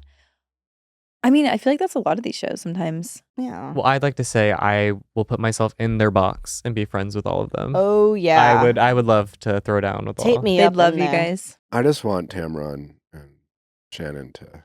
Get back together. Well, that's the interesting thing to me that I'm 'Cause as excited about. Human beings, I just really enjoy their company. Well, so the Tres Amigas was Vicky, Tamara, and Shannon. But now it looks like the season, from the trailer, it looks very Vicky, Tamara heavy. Mm-hmm. But the three of them together, if they could ever come back. Comedy gold. Yeah. All right, it's time to get into all things Ultimatum, and our guest Monica has a lot to say about her experience in the cast, and she's up next. Summer's here until the heat starts working against you. That's where lightweight, breathable clothing can make all the difference. Mack Weldon's Air Knit fabric was designed to keep you cool with lightweight construction, moisture-wicking performance, odor-fighting technology, and maximum airflow. Love everything that Mack Weld is doing, and their Air Knit fabric is really incredible for all aspects of life. I obviously love to work out in it, and it's also just great to just lounge around in it. I made sure that I brought a Mack Weldon Air Knit shirt along with me to the hospital because comfort was crucial in those intense, I really to make sure I was comfortable during Natalie's labor. And thank God we had Mack Weldon. All jokes aside, everything that Mack Weldon does is top notch. They do undershirts, t-shirts, polos, socks, and more. Think, your basics when it comes to men, and Mack Weldon has all the men in your life covered. Natalie just got me some more Mack Weldon t-shirts for summer. I used to be more of a shirt off guy, tarps off. But now that I am more of a dad, I still like to breathe, and thank God I have a Mack Weldon in my life. So I can cover the body, but still feel like it's getting the air that it needs. Don't sweat the heat this summer. Feel as effortlessly cool as you look with Mack Weldon. Go to MackWeldon.com and get 20% off your first order of $125 or more with promo code VIALL. That is MackWeldon.com, code VIALL. You know what I did last night? I swiped on some wonderfully comfortable Quince bed sheets. Top notch. Really cool. They have this like little mint green and white stripe. I don't know, something about it made it look comfortable, and it felt comfortable. Wonderfully delicious sheets that you and your family's going to love. Quince 100% European linen pants, dresses, and tops are lightweight, easy to style, and start at just $32. I feel like the country is going through a bit of a heat wave. There's a great time for linen. It's this summer. And not all linen is made equal. Some of it doesn't really keep. It doesn't look as stylish, doesn't flow as well. The Quince linen is absolutely unbeatable. Absolutely love it. And you will too. Also, their 14-karat gold jewelry adds an effortless finishing touch. They have great luggage. They have great staples. You've heard us talk about their Mongolian cashmere sweater for the men out there. They have a great assortment of jackets. So I know we're in the summer right now, but as fall approaches, and if your guy's looking for a nice lightweight jacket or a heavy one, they have a great selection of jackets for men. Make your summer wardrobe feel easier. Go to quince.com/VIALL for free shipping on your order and 365-day returns. Now available in Canada too. That's Quince, QUINCE.com/VIALL for free shipping and 365-day returns. It's quince.com/VIALL. Sometimes a piece you've been searching for isn't sold in stores anymore, and that's why Natalie loves Poshmark. I love it too. But let's be honest, Natalie's really the shopper in our family. Poshmark is the leading fashion resale marketplace with millions of new and pre-loved items, from everyday essentials to vintage and luxury pieces. Whether you're looking for brands like Reformation, Prada, Coach, Viall, or Levi's, Poshmark is a great place to find pieces that are hard to track down or score a great deal on styles you've already loved. You can also sell the pieces you no longer wear and reach more than 80 million users on their platform. I'm always telling Natalie to sell pieces on Poshmark. Maybe you can buy some of her purses. Poshmark makes it easy to discover styles that feel uniquely yours. So if you are looking for a unique gift, and if you can't find, maybe you're just tired of going to the same stores, you're seeing the same selection, check out Poshmark. You'll be glad that you did, and you'll be blown away by all the cool, unique things that you can get for yourself or the people you love. New deals and sales are listed every day, so don't wait. Download the Poshmark app and use code VIALL10 when you sign up to get $10 off your first purchase. Or shop now at Poshmark.com/VIALL10 to get $10 off your first purchase. That's Poshmark, POSHMARK.com/VIALL10. Monica, welcome to the show. Thank you. How are you? Me. I'm good. Yeah, that makes sense. The rest of the cast is like a dumpster I know. fire, I feel but, bad. like, They're you going seem- through it. You seem like you and Luke, for like the redeeming Yeah. aspect. Thank you. So. I Yeah. appreciate that. Did you get what you expected out of this experience? I did. Okay. I don't know if I fully knew what I was expecting. I think my reservations for getting engaged going into the show shifted a little bit once I was there. But I definitely got the answers that I needed leaving. So I'm happy I did it. And it was you who issued the ultimatum? Nope. No, he did. Luke issued me the ultimatum. And why was that again? Like, what was? There wasn't a lot of context for our story that was given. And I think that's really important to kind of understand where I was at in the relationship. Luke and I grew up together. We have known each other since we were teenagers. We had crushes on each other growing up and never dated. So once we started dating 5 years prior to the show, he kind of had these like love eyes of this is the girl I had been crushing on my whole life. And I was like, there's so much more to having like a successful relationship. So he knew pretty much from the get-go, like, I've loved you forever. I've had a crush on you forever. I want to marry you right away. Where for me, I'm just like such a logistical person that like there were so many more steps that like needed to check going into a marriage. So he was ready. He's like, we love each other. We'll figure out life together. I was like, we have so many more boxes to check in our relationship before we're at that milestone. And were they, like, it kind of seemed like maybe it was career oriented. Was some of it like truly just logistical? Like, because you guys are young. Mm-hmm. So was it more so just like, we need to figure out our careers, what we're going to do, how, like where we're going to live, things like that? Or was it like emotional needs within the relationship? Emotional needs were not a part of it at all. Okay, great. I think like within our relationship, and I think that's why we didn't get a lot of screen time. Like we weren't a problematic couple. Our communication has always been great. We've been friends for 17 years. Like the respect that's there for each other. For me, it was really just us taking our relationship from just like an amateur relationship to like, okay, we're responsible adults who can like get married. His firefighter journey was a big part of the story, and there wasn't a lot of context there. He graduated the fire academy in 2018. Oh, wow. So he's been trying to be a firefighter for 8 years, and he's been a server for 8 years. And why has that been so difficult? I mean, I think it's multiple reasons. Becoming a firefighter in California is extremely difficult. 5,000 people will apply for LA County Fire, and they're hiring 48 guys. Wow. So it's very, Okay, very very competitive. competitive. But for me, it was 8 years of me knowing he's trying to become a firefighter, being very supportive of that.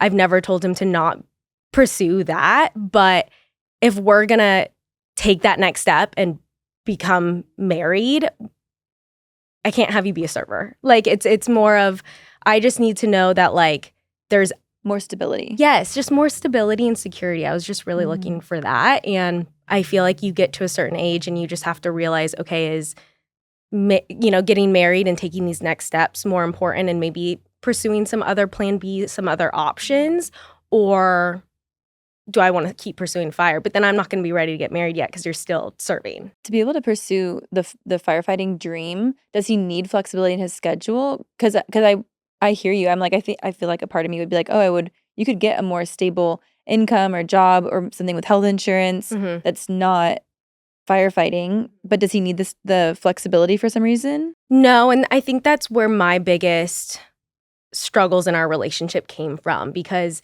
he has his EMT.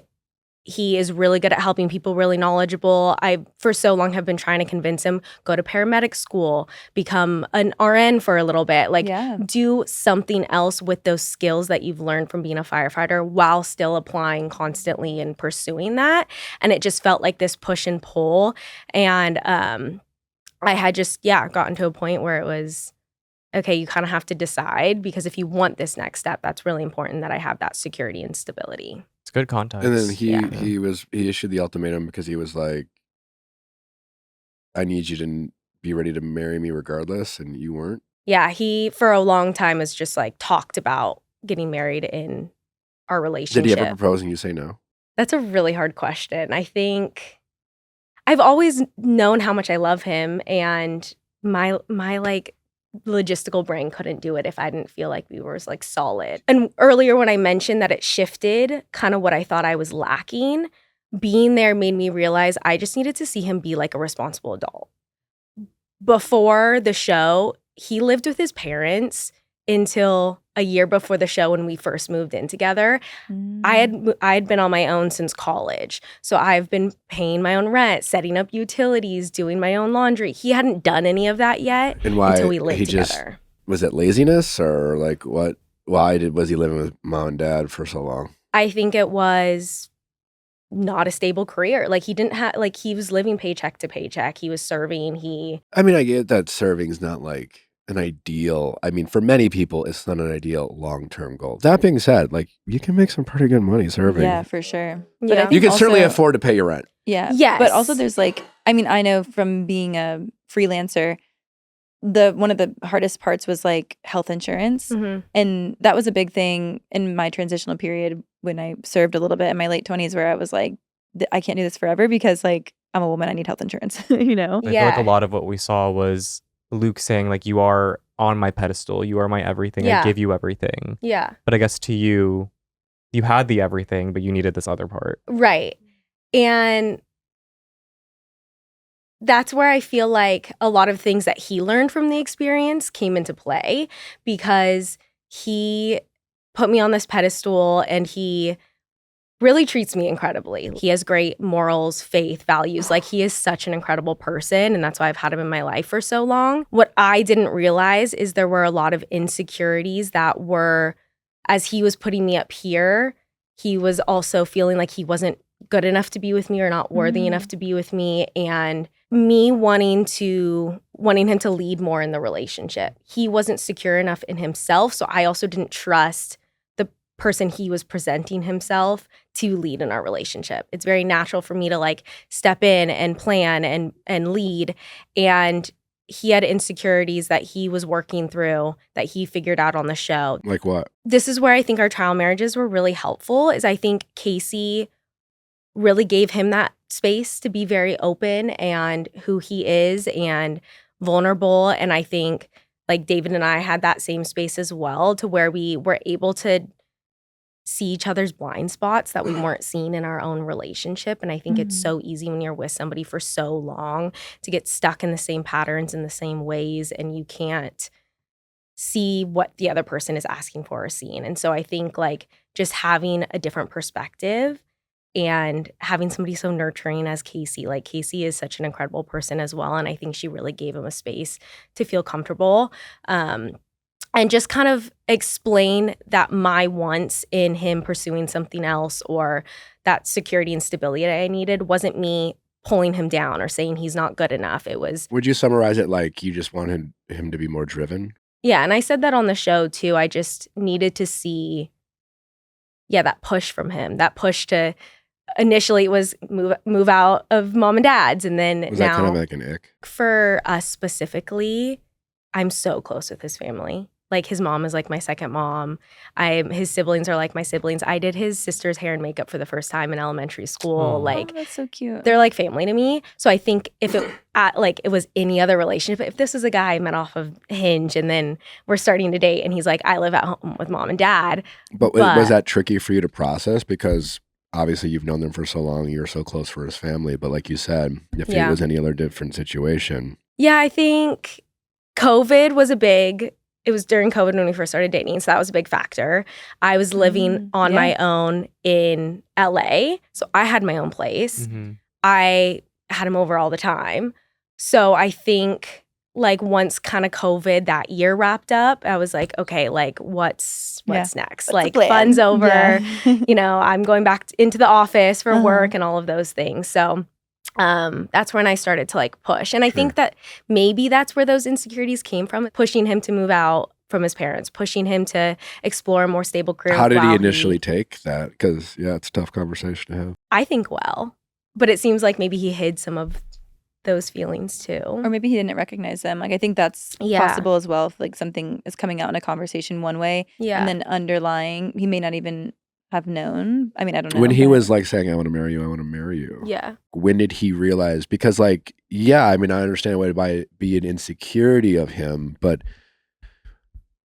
I'm more curious, like why wasn't it more of like an opportunity like for him, like a challenge that he wanted to rise to rather than centering it as an insecurity about not being good enough? I'm really glad you said that. Yeah. And I'm really, because he's said that before. The mom and dad thing is just like a general theme of where in the show I kind of explain to my parents, I'm having a conversation of sometimes I feel like I'm outgrowing him. And I feel like that's because I feel like I'm constantly having to push him and have these conversations of like, okay, you're 27, it's time to move out. Okay, you're 30 and you want to get married. Maybe let's find a more stable job while you're pursuing fire. Like all these conversations that I'm having, it gets tiring. You want to feel like your partner is also pushing himself and wanting to do that with you. And we've had those conversations before, even before the show, of this is me challenging you and pushing you because I want the best for you and for us. Don't take it as I'm saying you're not good enough or you're doing something wrong, but I'm trying to help us just in life. Yeah. And so it's a tough conversation because and I agree with you, but you are kind of saying you are doing something wrong and it isn't good enough. And that should also be okay sometimes in relationships, you know? And sometimes that's hard to hear. Did you ever issue him an ultimatum before he issued the ultimatum? Because then it kind of sounds like in a way, maybe there was an ultimatum for him. Or he thought that, or recognized there was, so he was trying to level up with you? No. Okay. I haven't. There was another instance though where it was kind of rocky. Once he was going to move out of mom and dad's, he got a job offer situation up in Folsom, California. My stomping ground. Is that where you're up north? from? Yeah. Up Well, north. around. But Kind yeah. of. Okay, so it's like far from Far. LA. It's by Sacramento. Gotcha. I was operations manager at Frankie's Bikinis. I had like a really great job. It was super fun, super stable. I quit that job. I was like, I'm so proud of you for like, you know what? I'm going to do a new job. I'm going to pursue sales, blah, blah, blah. And You're going to move. I moved up to NorCal with him and I bet on him. And that's when I got my personal training certification and explored like fitness coaching, which is like something I've always wanted to do. But I was giving up that stability that I had built for myself for years and years in that career. And it didn't work out. And finances were tough up there and we didn't have my stable paycheck and I missed home. And it didn't work out for him? Either of us. I mean, I was coaching up there, but it's not that. It's hard to build secure of a building job. a new career. Yeah. Yep. And so it was 100% commission sales job. Well, at least he tried. He tried. And I'm so proud of him that he tried. I think that was kind of our rockiest point because I came home from that and we both moved back in with mom and dad. This is like a couple months before the show. We both moved back in with mom and dad. I had quit my stable job to move up there. And going into the show, this is good context of why maybe I seem a little mad. I'm a little bit resentful.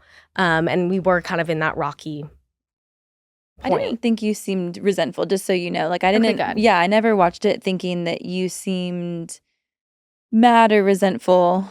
And honestly, this is good context because I do feel like because you guys were probably like somewhat emotionally stable, you didn't get a ton of time. But I'm curious, when you had that conversation with David and you got emotional, did you have like such an appreciation for Luke Because I mean, I watched that and I was like, I've felt that when Mhm. you're getting to know somebody and you hit a rocky moment and they just shut you down, Mhm.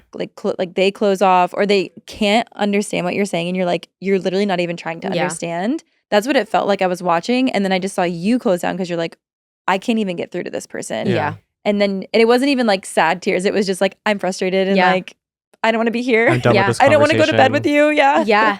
Yeah. And that was our first full day in our trial Oh marriage. gosh. And it was a completely different David than I had seen during dating week. Like, Mhm. he was so open and flirty and just like, we were just giggling and having a great time. So I felt very comfortable with him. And then that first day living together, I think we were on hour like 10 of filming at this point, Okay. where we're just talking Fatigued. all day, every day. Yeah. And What were some of the questions he was having a hard time opening up about? anything.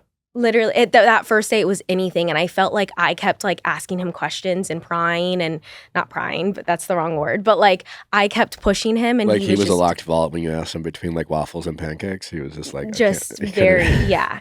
And so at that point, like, I was just so ready for bed. We were like prompted to have a conversation before bed, and I was just so emotionally drained. And I think in that moment, I mean, you can see it. I'm just like, I miss Luke, because the emotional vulnerability that guy has, and like the way that he's able to just like be open. And I think there's just something so special about having those emotional walls down with somebody. And then I think in that moment, I realized I'm living with a stranger. Yeah. Yeah. I got creeped out, even though he was Yeah. not creepy, but I was Right. like, I would be scared to go to bed. Yes. He's, Like, this you is a know, stranger. I kind of have Yeah. a soft spot for David. It seemed like he's been through a bit, Yeah. and it sounds like he's open to working on himself. For sure.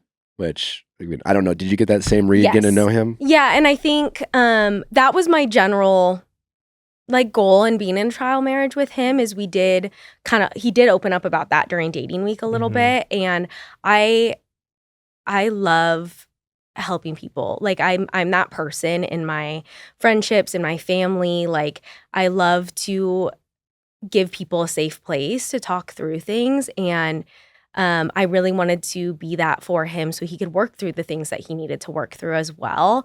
And I do think we got there. Like, he did let those walls down, and I feel like I truly was able to give him that space, and he was able to grow and work through some of those things.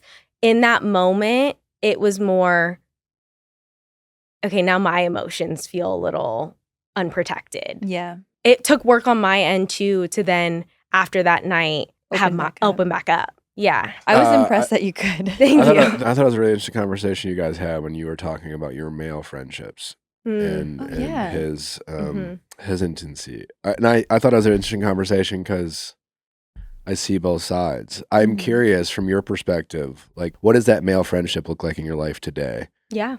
I think it's a very nuanced conversation, and the devil's in the details, but he seemed a little rigid, but at the same time, you know, for the most part, I kind of agree with him. I had a feeling you were going to take that side. It just depends. But again, Yeah. like, I'm curious. Again, Yeah. walk me through, The because you're, you context know, of let's assume you're with Luke. We don't know for sure, but like, you're in a committed relationship, it. Mhm. and you have a male friend. What are we doing with this male friend? So I will say, I have a lot of guy friends. Luke has a lot of girlfriends, like, throughout our relationship. That's something that we've always been comfortable with within our relationship. One of his best friends is actually a girl, and that's who came and visited him on the show. So in terms of the space of our relationship, that's something we're okay with. Obviously, there's always going to be those red flag friends that the other person isn't comfortable with. That's not what I'm talking about. Like, if there's a girl that Luke was kind of friends with, maybe it started by a Tinder date, and he would say, like, that actually happened in our relationship early on. Oh, we went on a Tinder date, decided we were better as friends. No. That friendship does not need to be a friendship. That's not what I'm referring to. So the friend that I was specifically talking about in the show, we had been friends since 8th grade. He was kind of just friends with our whole girl group in 8th grade, and stayed friends with us through high school. And then post high school, he went to San Diego State. I was at UCSB. We would visit each other at college all the time. I became really close with his group of friends. He became really close with my group of friends. I was single at that time. But there was never anything, like he's always been like a brother to me. He's always been the guy friend with my group of girls. Our parents are friends. Like it's that is like a purely almost like family relationship. He stayed in San Diego and I had been visiting him even while I was single in LA. And he's straight, right? He's straight. Okay. Then once Luke and I started dating, at that point, I've made friends with all his friends in San Diego. So whether I'm at his apartment, sleeping on the couch, or at maybe one of the girlfriends, it's never been like an issue. Like one of his friends. So you would with the spend the girls. night at the guy friend's house while dating Luke? I'm trying to remember like timeline. Maybe. I feel like at that point I started spending, because I had been friends with all of his I friends. guess forget about like, yeah, I'm not here to Logistics. litigate your friendship. Yeah. What I'm curious about, especially again, if in a like an adult committed relationship, Yeah. if you are with Luke and let's assume you guys progress Mm-hmm. your relationship, you get engaged, you Mm-hmm. get married, all that fun stuff. Like, does that change your friendships with your male friends? You know, in a sense that like I have a ton of women friends, Mhm. and you know, when I was single, those women friendships were really important to me. Now that obviously that I'm married and with kids, not that I'm not friends with those women anymore, but the quality time and the expectations we have of each other is drastically different. Mm-hmm. And yeah, like definitely that wouldn't like there would be no like sleeping over at someone's house or vice versa. Yeah. We wouldn't be like grabbing dinner together and things like that. But I'm Yeah. curious for you, is that the same? Do you agree or disagree? Yeah. No, I agree with that. He is now married. I go visit them all the time, even without Luke. I stay in their guest room. Yeah. I will say to your point too, like if I generally want to reach out to them about something, I'm texting his wife. Like I do text her Yeah. more than I text him. The dynamic changes a Sure. little bit. Yeah. Yeah. I still text him for certain things, this and that. Sometimes we text in a group chat with all of us, but I will say that dynamic is going to change. Yes. For me, the whole conversation was more about like that control and that trust in your partner. Was Yeah. David open to understanding that those dynamics can change? Because like that's a great example Yeah. that your friend's now married and you've developed this friendship with her, Mhm. which obviously Mhm. is really important in those relationships. And Absolutely. was he open to the nuance of these relationships and dynamics changing? In that moment in time, I feel like not really. I feel like it was like a hard no. Yeah. Like that's not an option. Opposite sex friendships are not an option. I do remember us recirculating that conversation later on to where I feel like we both kind of met in the middle a little bit more. But to your point, I think it really depends on what each person is comfortable with in their relationship. What did you make of some of your peers, and were you caught off guard by what you watched at all? Yeah. I remember while we were filming, it's so funny because I feel like me, Luke, Casey, and David had such a different experience than everybody else. Mm-hmm. Such a different experience. And I will say, hearing the rumblings a little bit while we're there, because we're not allowed to talk to the other couples while we're filming. And so I remember kind of hearing little things here and there. But then when we had those moments like the girls' night or the changeover table and it just blowing up, I had no idea it was to that extent. What did you think of Killian?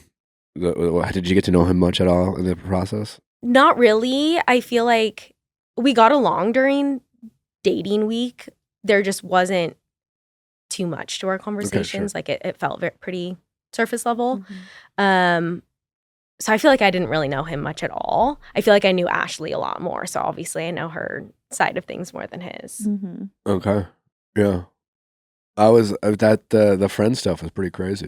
No. Oh, the Yeah. friend group, the group Yeah. chat. Text messages, Yeah. yeah. That was wild. Wild. Yeah. Do you have any more context to that? I'm trying to think back. I honestly tried to stay out of the drama. Mm. It's not really my jam, but I remember just seeing like Ashley around the apartment complex during the time, and that my number one priority was making sure she was okay. Like if I saw her crying or walking by herself, like I just really wanted to console her at the end of the day. Mhm. I think that's really tough when the person you come here with is kind of being exposed with a lot of those heavy things and you don't know who to trust and Mm-hmm. where to go. But I mean, at the end of the day, I think you are who you surround yourself with. So if he doesn't condone those words, if he doesn't stand by that, either say something and say that's not okay, or surround yourself around better friends. Honestly. Wait, what was the vibe at the table when Ashley was like, roll the tapes? And Oh my God. because obviously as a viewer, Yeah. they insert the clip and you're like, oh, maybe she Yeah. shouldn't have said that. Yeah, did you believe her? Yeah, I was like, I'm curious who believed who at that point. I don't even remember. I think we were all so confused at that point because we were that whole table of filming was like probably 6 or 7 hours of filming. So at that point, the 4 of them had been conversating for like 3 hours. And gosh. all of us had already had our time to speak. So I think all of us, David, me, Casey, Luke, we were all kind of getting lost. We're like, what's going on? He said, she said. So I think it's really hard in that moment as outsiders to try to piece it together. But I think even when you are the ones in it, it can get confusing. Like there's just so much. I was confused. What did you make of these recent reports about Blake and this alleged arrest? From my time getting to know Blake during dating week, like we had great conversations. Like he is very smooth with his words. Like I do think he knows how to talk. I never saw like that heated side to him. So I was thrown off that happened. What I will say, watching back and seeing Haley and Blake's relationship is it's very clear that there's a lot going on there. And so I don't know what happens behind closed doors. I don't know what Have you truly spoken to either of them? at the reunion. And what was the vibe there? It was brought up at the reunion. Oh, wow. Yeah. Wow.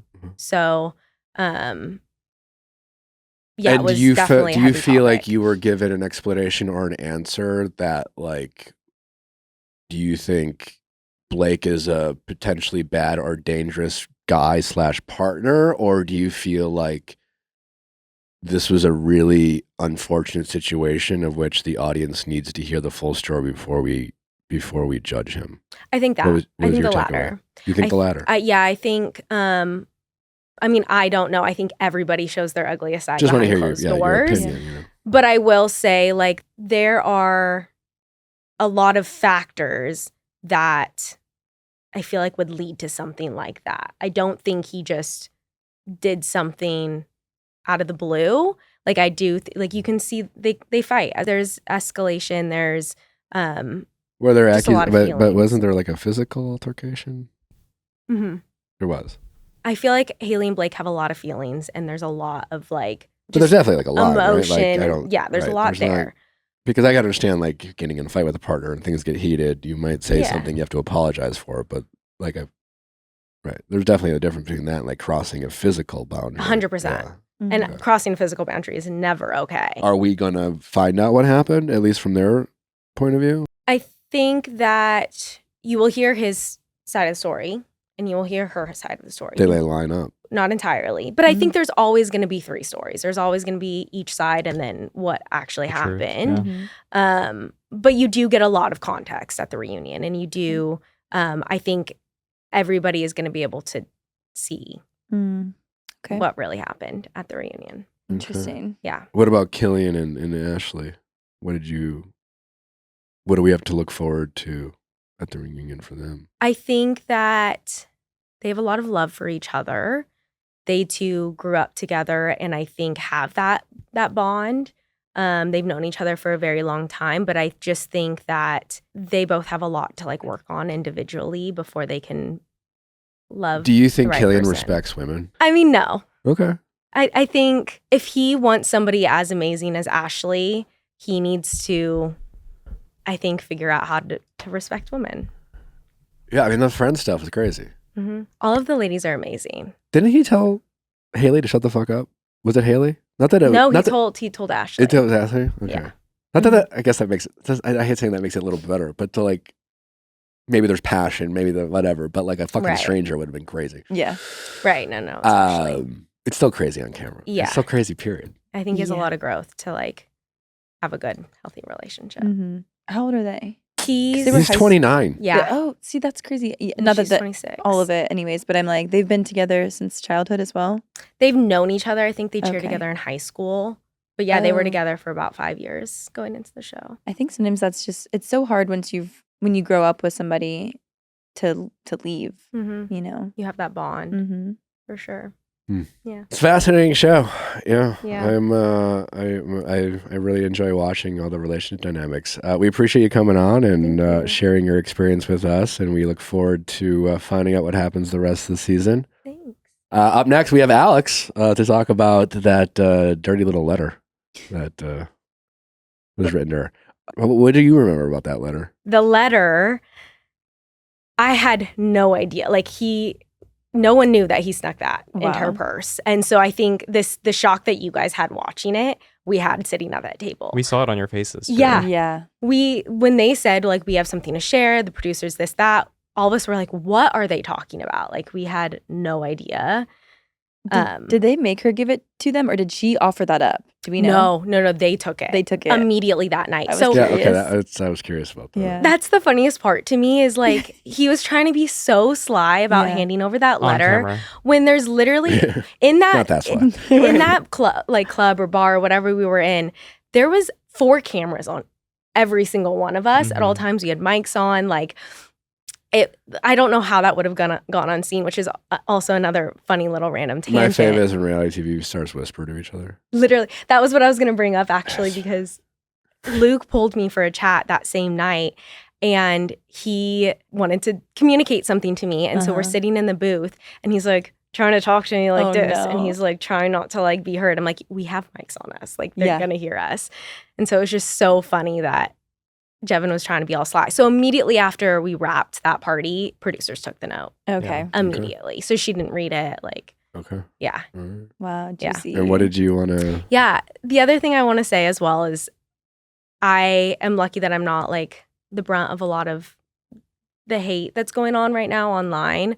But I just wanted to say like to everybody who's watching the show and posting on everyone's accounts and on Reddit and all of those things, like it takes a lot of vulnerability to go on these shows. I'm sure you know that. And just to please be kind. And like, it's really, really tough to go onto a show with your person. Like you're exposing so much more than you do if you're going on a fun reality TV show. Like it's really, really hard. And if all of our relationships were perfect, we wouldn't have gone on the show. Yeah. Mhm. Like we're going on knowing that we're not perfect. And I think it's fair. I just think maybe with this particular show, it's just Yeah. like with the Killian and the Blake of it all, specifically him.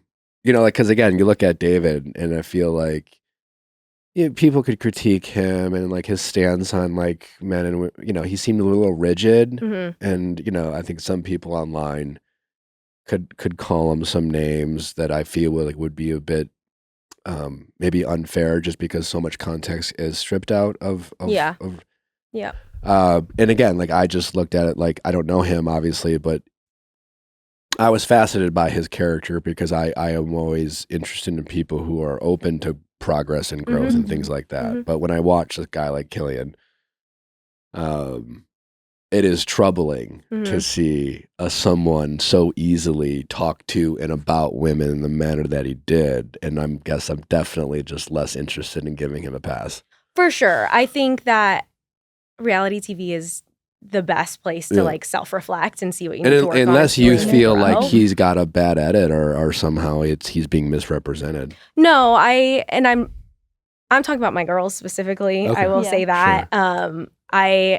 All of us are very close, and I don't think anybody from the cast should be getting extensive Mhm. For hate, sure. death Of course. threats. Like anything like that is like extreme. I think when it comes to just hate my girls, like you see 10% of the whole story. Like we're Mhm. filming for 9 weeks, 1 episode in 1 week when you're filming 12 people. Like there's just, you barely see anything.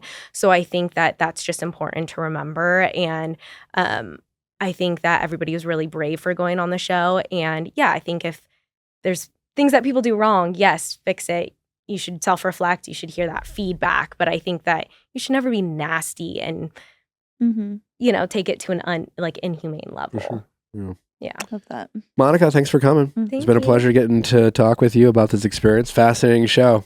And we're excited to see how your and Luke's journey ends. So Thank you. good luck to both of you. Thanks. I I'm feel excited. like it's going to be good news, but we'll see. Mhm. We'll see. We'll see.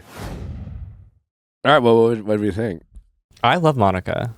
Good context though, because I think like the Yeah. Luke and Monica relationship, what we saw or what I saw was they're perfect people, and Luke puts her on this pedestal, but there was some form of like there was an appreciation going his way. Mhm. So like the whole context of like his career and stuff is so important Yeah. for that I thought it picture. was really important context. Do you think there's more to the whole like Blake and Haley of it all, or do you feel like What part of it? Well, like it seemed like she was trying to suggest there was nuance when I was surprised about a topic where I didn't think there would be much. So Yeah. I'm curious. I don't know. I'm curious too. I feel like I couldn't tell if she was tiptoeing around like The topic period. Yeah, the topic period, or like you have to wait because they do the fact that they discuss it at the reunion. That part to me is I'm like, wow. yeah. I hope they air it because I do want to hear. I want to hear what happened, honestly, because it's weird to be arrested and then to have it immediately expunged or whatever. Mhm. So Certainly there's a story to it, Yeah. regardless. Expunged. Is that like is that the right word? there were no charges that held against him, so he used the word expunged? Is that like what's the word? Yeah, legally destroy, Yeah. obliterate, or seal records of a criminal arrest or conviction. It essentially erases the record so you can legally state that the event never occurred, shielding it from public background checks. and too bad there's Yeah, TMZ. Yeah. Well, Was it really expunged though? That's not, a good. not in the Or was it public just eye. dropped? not to TMZ. Right. There's a difference. I just don't There think we is. have enough details is what I read from like she knows the details, but it's kind of like until you see them explain it, it's Yeah. a reunion. Like I'm curious. All right, well, we have Alex next to get into the letter from hell. Mostly because it was 2 full pages. Yeah. Who has the time? And there was pages missing. Yeah. Uh. Well, we get all the context about her and Jebbin's relationship. I was really fascinated by her answer of being aware of his expectations about his about marriage. Well, either way, Alex is up next. Alex, welcome to the show. Hello. How are you? Oh, I'm doing good now. Okay. Were you not doing good earlier this weekend? I mean, earlier in the week, after just seeing everything come out, I feel like I was a little bit in my head Okay. and mentally not there, but yeah. Okay. Are you allowed to say whether you're with Jebbin? Yeah, I'm no longer with Jebbin Okay. at this point. We've broken up after the show. Like right after? Yes, we broke up like right after filming. We kind of tried to work on things, but it just like wasn't meant for us, I feel like. And it was just a lot, like processing all of like the emotions afterwards and just like realizing a bunch of stuff. But yeah, we're no longer together. Was there anything in that letter that he wrote you that didn't make the cut that you wanted to share with us? Yes, there was a whole page left out, and that was like the backside of the letter. Yeah, I saw that. I was Um, like a Friends episode. I was like 4 pages. Yeah. Yeah, no, they cut out half of it, and I think it was because he was like, it was pretty much just like swearing like the whole like backside of the paper, and I feel like they had to cut some of that out. And also, he was just talking a lot about like production and like what he thinks that production's gonna put out, and he was just mentioning like you need to be careful with your words, otherwise they're gonna edit you to make it sound like you're like trying to flirt with these guys. And he was just honestly like it was just a whole like lash out. When you got that letter, did you think it was a love letter? Like I thought it was kind of sweet how he put it in your purse and you guys were kind of smiling, and then I was like, wait, this is a big turn of events. No, yeah, I literally thought that it was gonna be him just being like, I can't wait till the end of this, like to marry you. Like, I'm so in love. Like, let's get out of here. We're doing this. I thought it was either gonna be that or him giving me like his room number to like go and sneak and find him, which because he did that previously, like in the beginning of filming. So I was like, oh, it's like another like number to his room or whatever to try and see him. But yeah, and then basically, yeah, I realized that I wasn't that. Did you have to try to convince him to do this experience? Because he seemed pretty resistant to it, or was he more open to it than he let on? No, he was really open to it at first because I was the one who kind of like introduced it to him, and like I told him like I feel like this would be a good opportunity for us because like we both did want to get married at the end of it, and he was so down for it. Interesting. Did he ever say to you at any point in your relationship that his wife had to basically replace his mom in a way that, like, the way he just like, because it was, I think, Yeah, shocking to a lot of us how much he described how much his yeah. mother does for him. And I was just curious, were you aware of his expectations in the marriage that he was planning? Yeah, I was. He Okay. was very clear about that. He told me that this is what I expect from you. I want you to be cooking every day. I want you to be cleaning the house, having it prepared. Like when I get home from work, like these are the things that I need. I need you to go to the gym every day. Like this is what I expect from you. And I feel like in those moments, like when he would tell me those things, I was like, I just felt like I wasn't doing enough. Hmm. Um, he was just never happy as much as I tried, even though we weren't married and like we weren't living together, he still expected that from me. And like it was a lot. What did you make of his expectations? Do you feel like that's also any, like, are you expecting to have to do that? And also, I'm curious, what was he expecting of himself in a marriage, and what were your expectations of him? For me, I was raised in a household very differently. I mean, I feel like in my, I guess, religion and just like the way that I was raised, like my parents obviously they like were like my mother, she was always like taking care of the house. She was like doing like the cooking. And so I mean, I felt like I did need to take that role, but like just the extent, like, that he was basically, like, giving me an ultimatum, like, "If you don't do these things, then I won't marry you," and I was just, like, in my head because I felt so in love with him, and, like, I felt like he was just my everything, so I felt like I needed to give it all to him. I mean, my expectations for him was that he would be just like communication was there, that he was very loyal, and that's what I liked about him is that he like never stepped any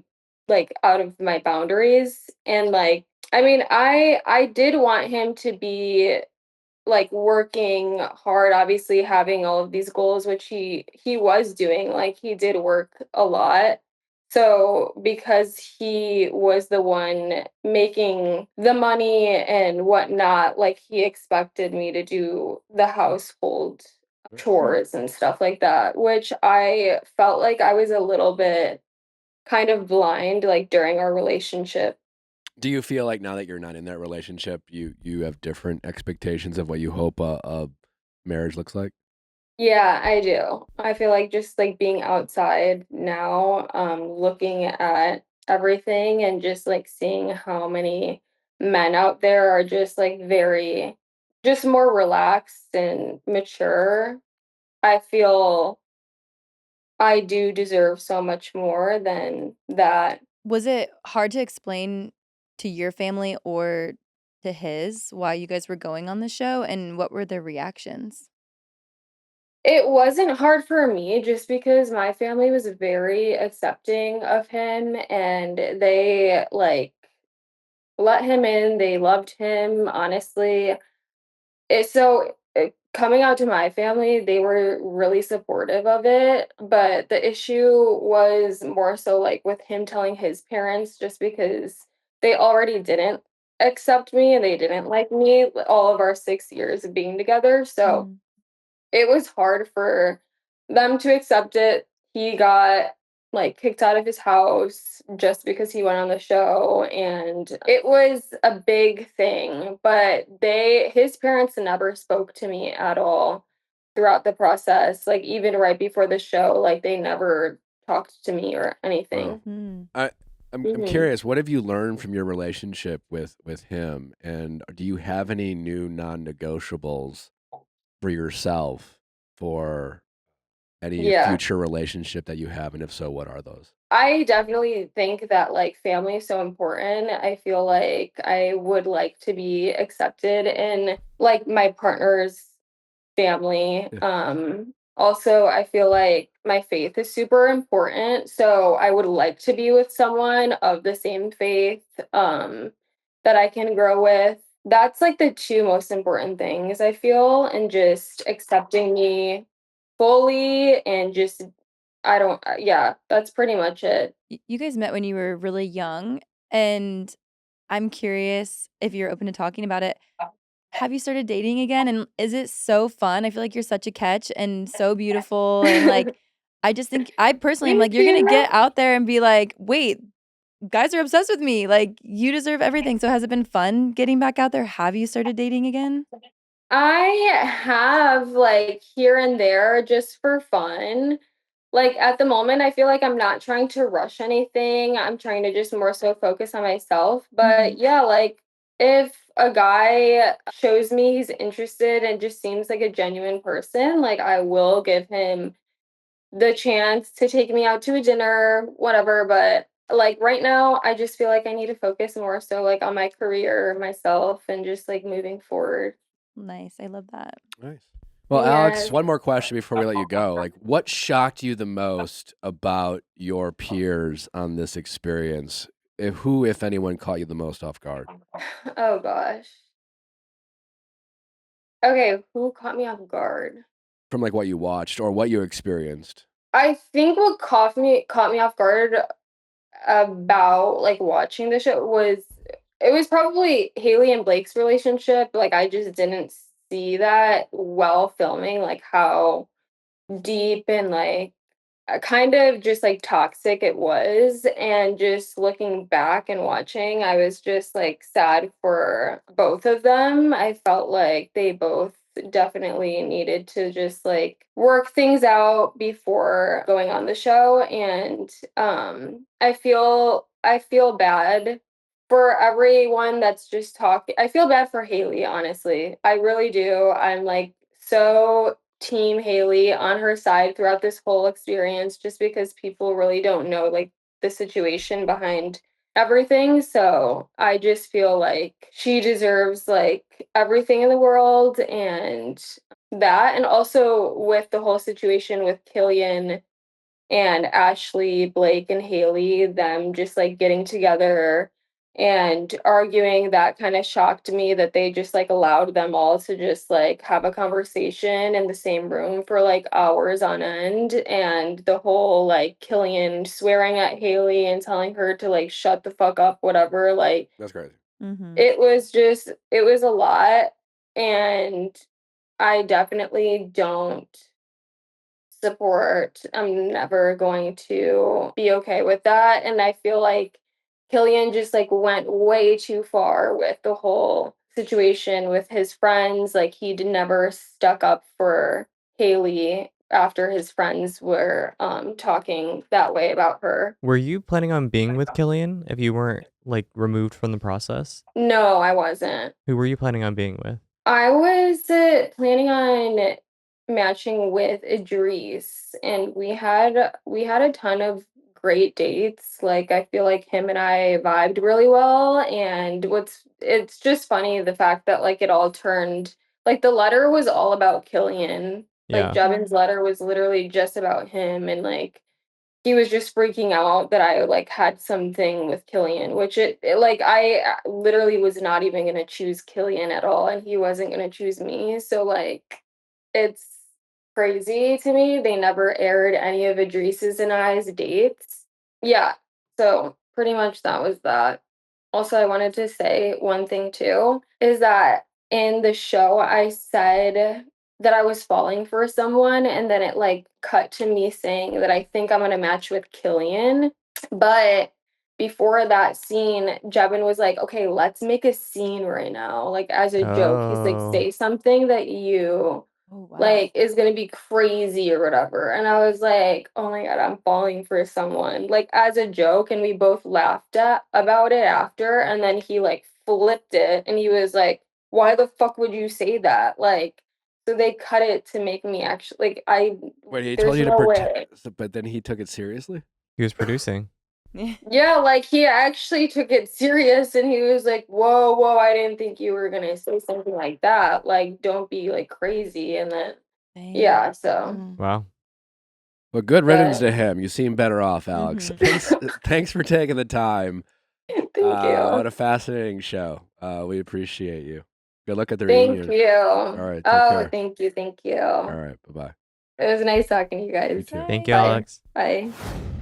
Thank you guys for listening. Sorry about the voice, but thanks for getting it through with us. Thank you to all our guests, Kenny and Whitney, Monica and Alex, and thank you guys all for listening. We'll see you back on Thursday for more jam-packed awesomeness. We'll see you then. Bye-bye.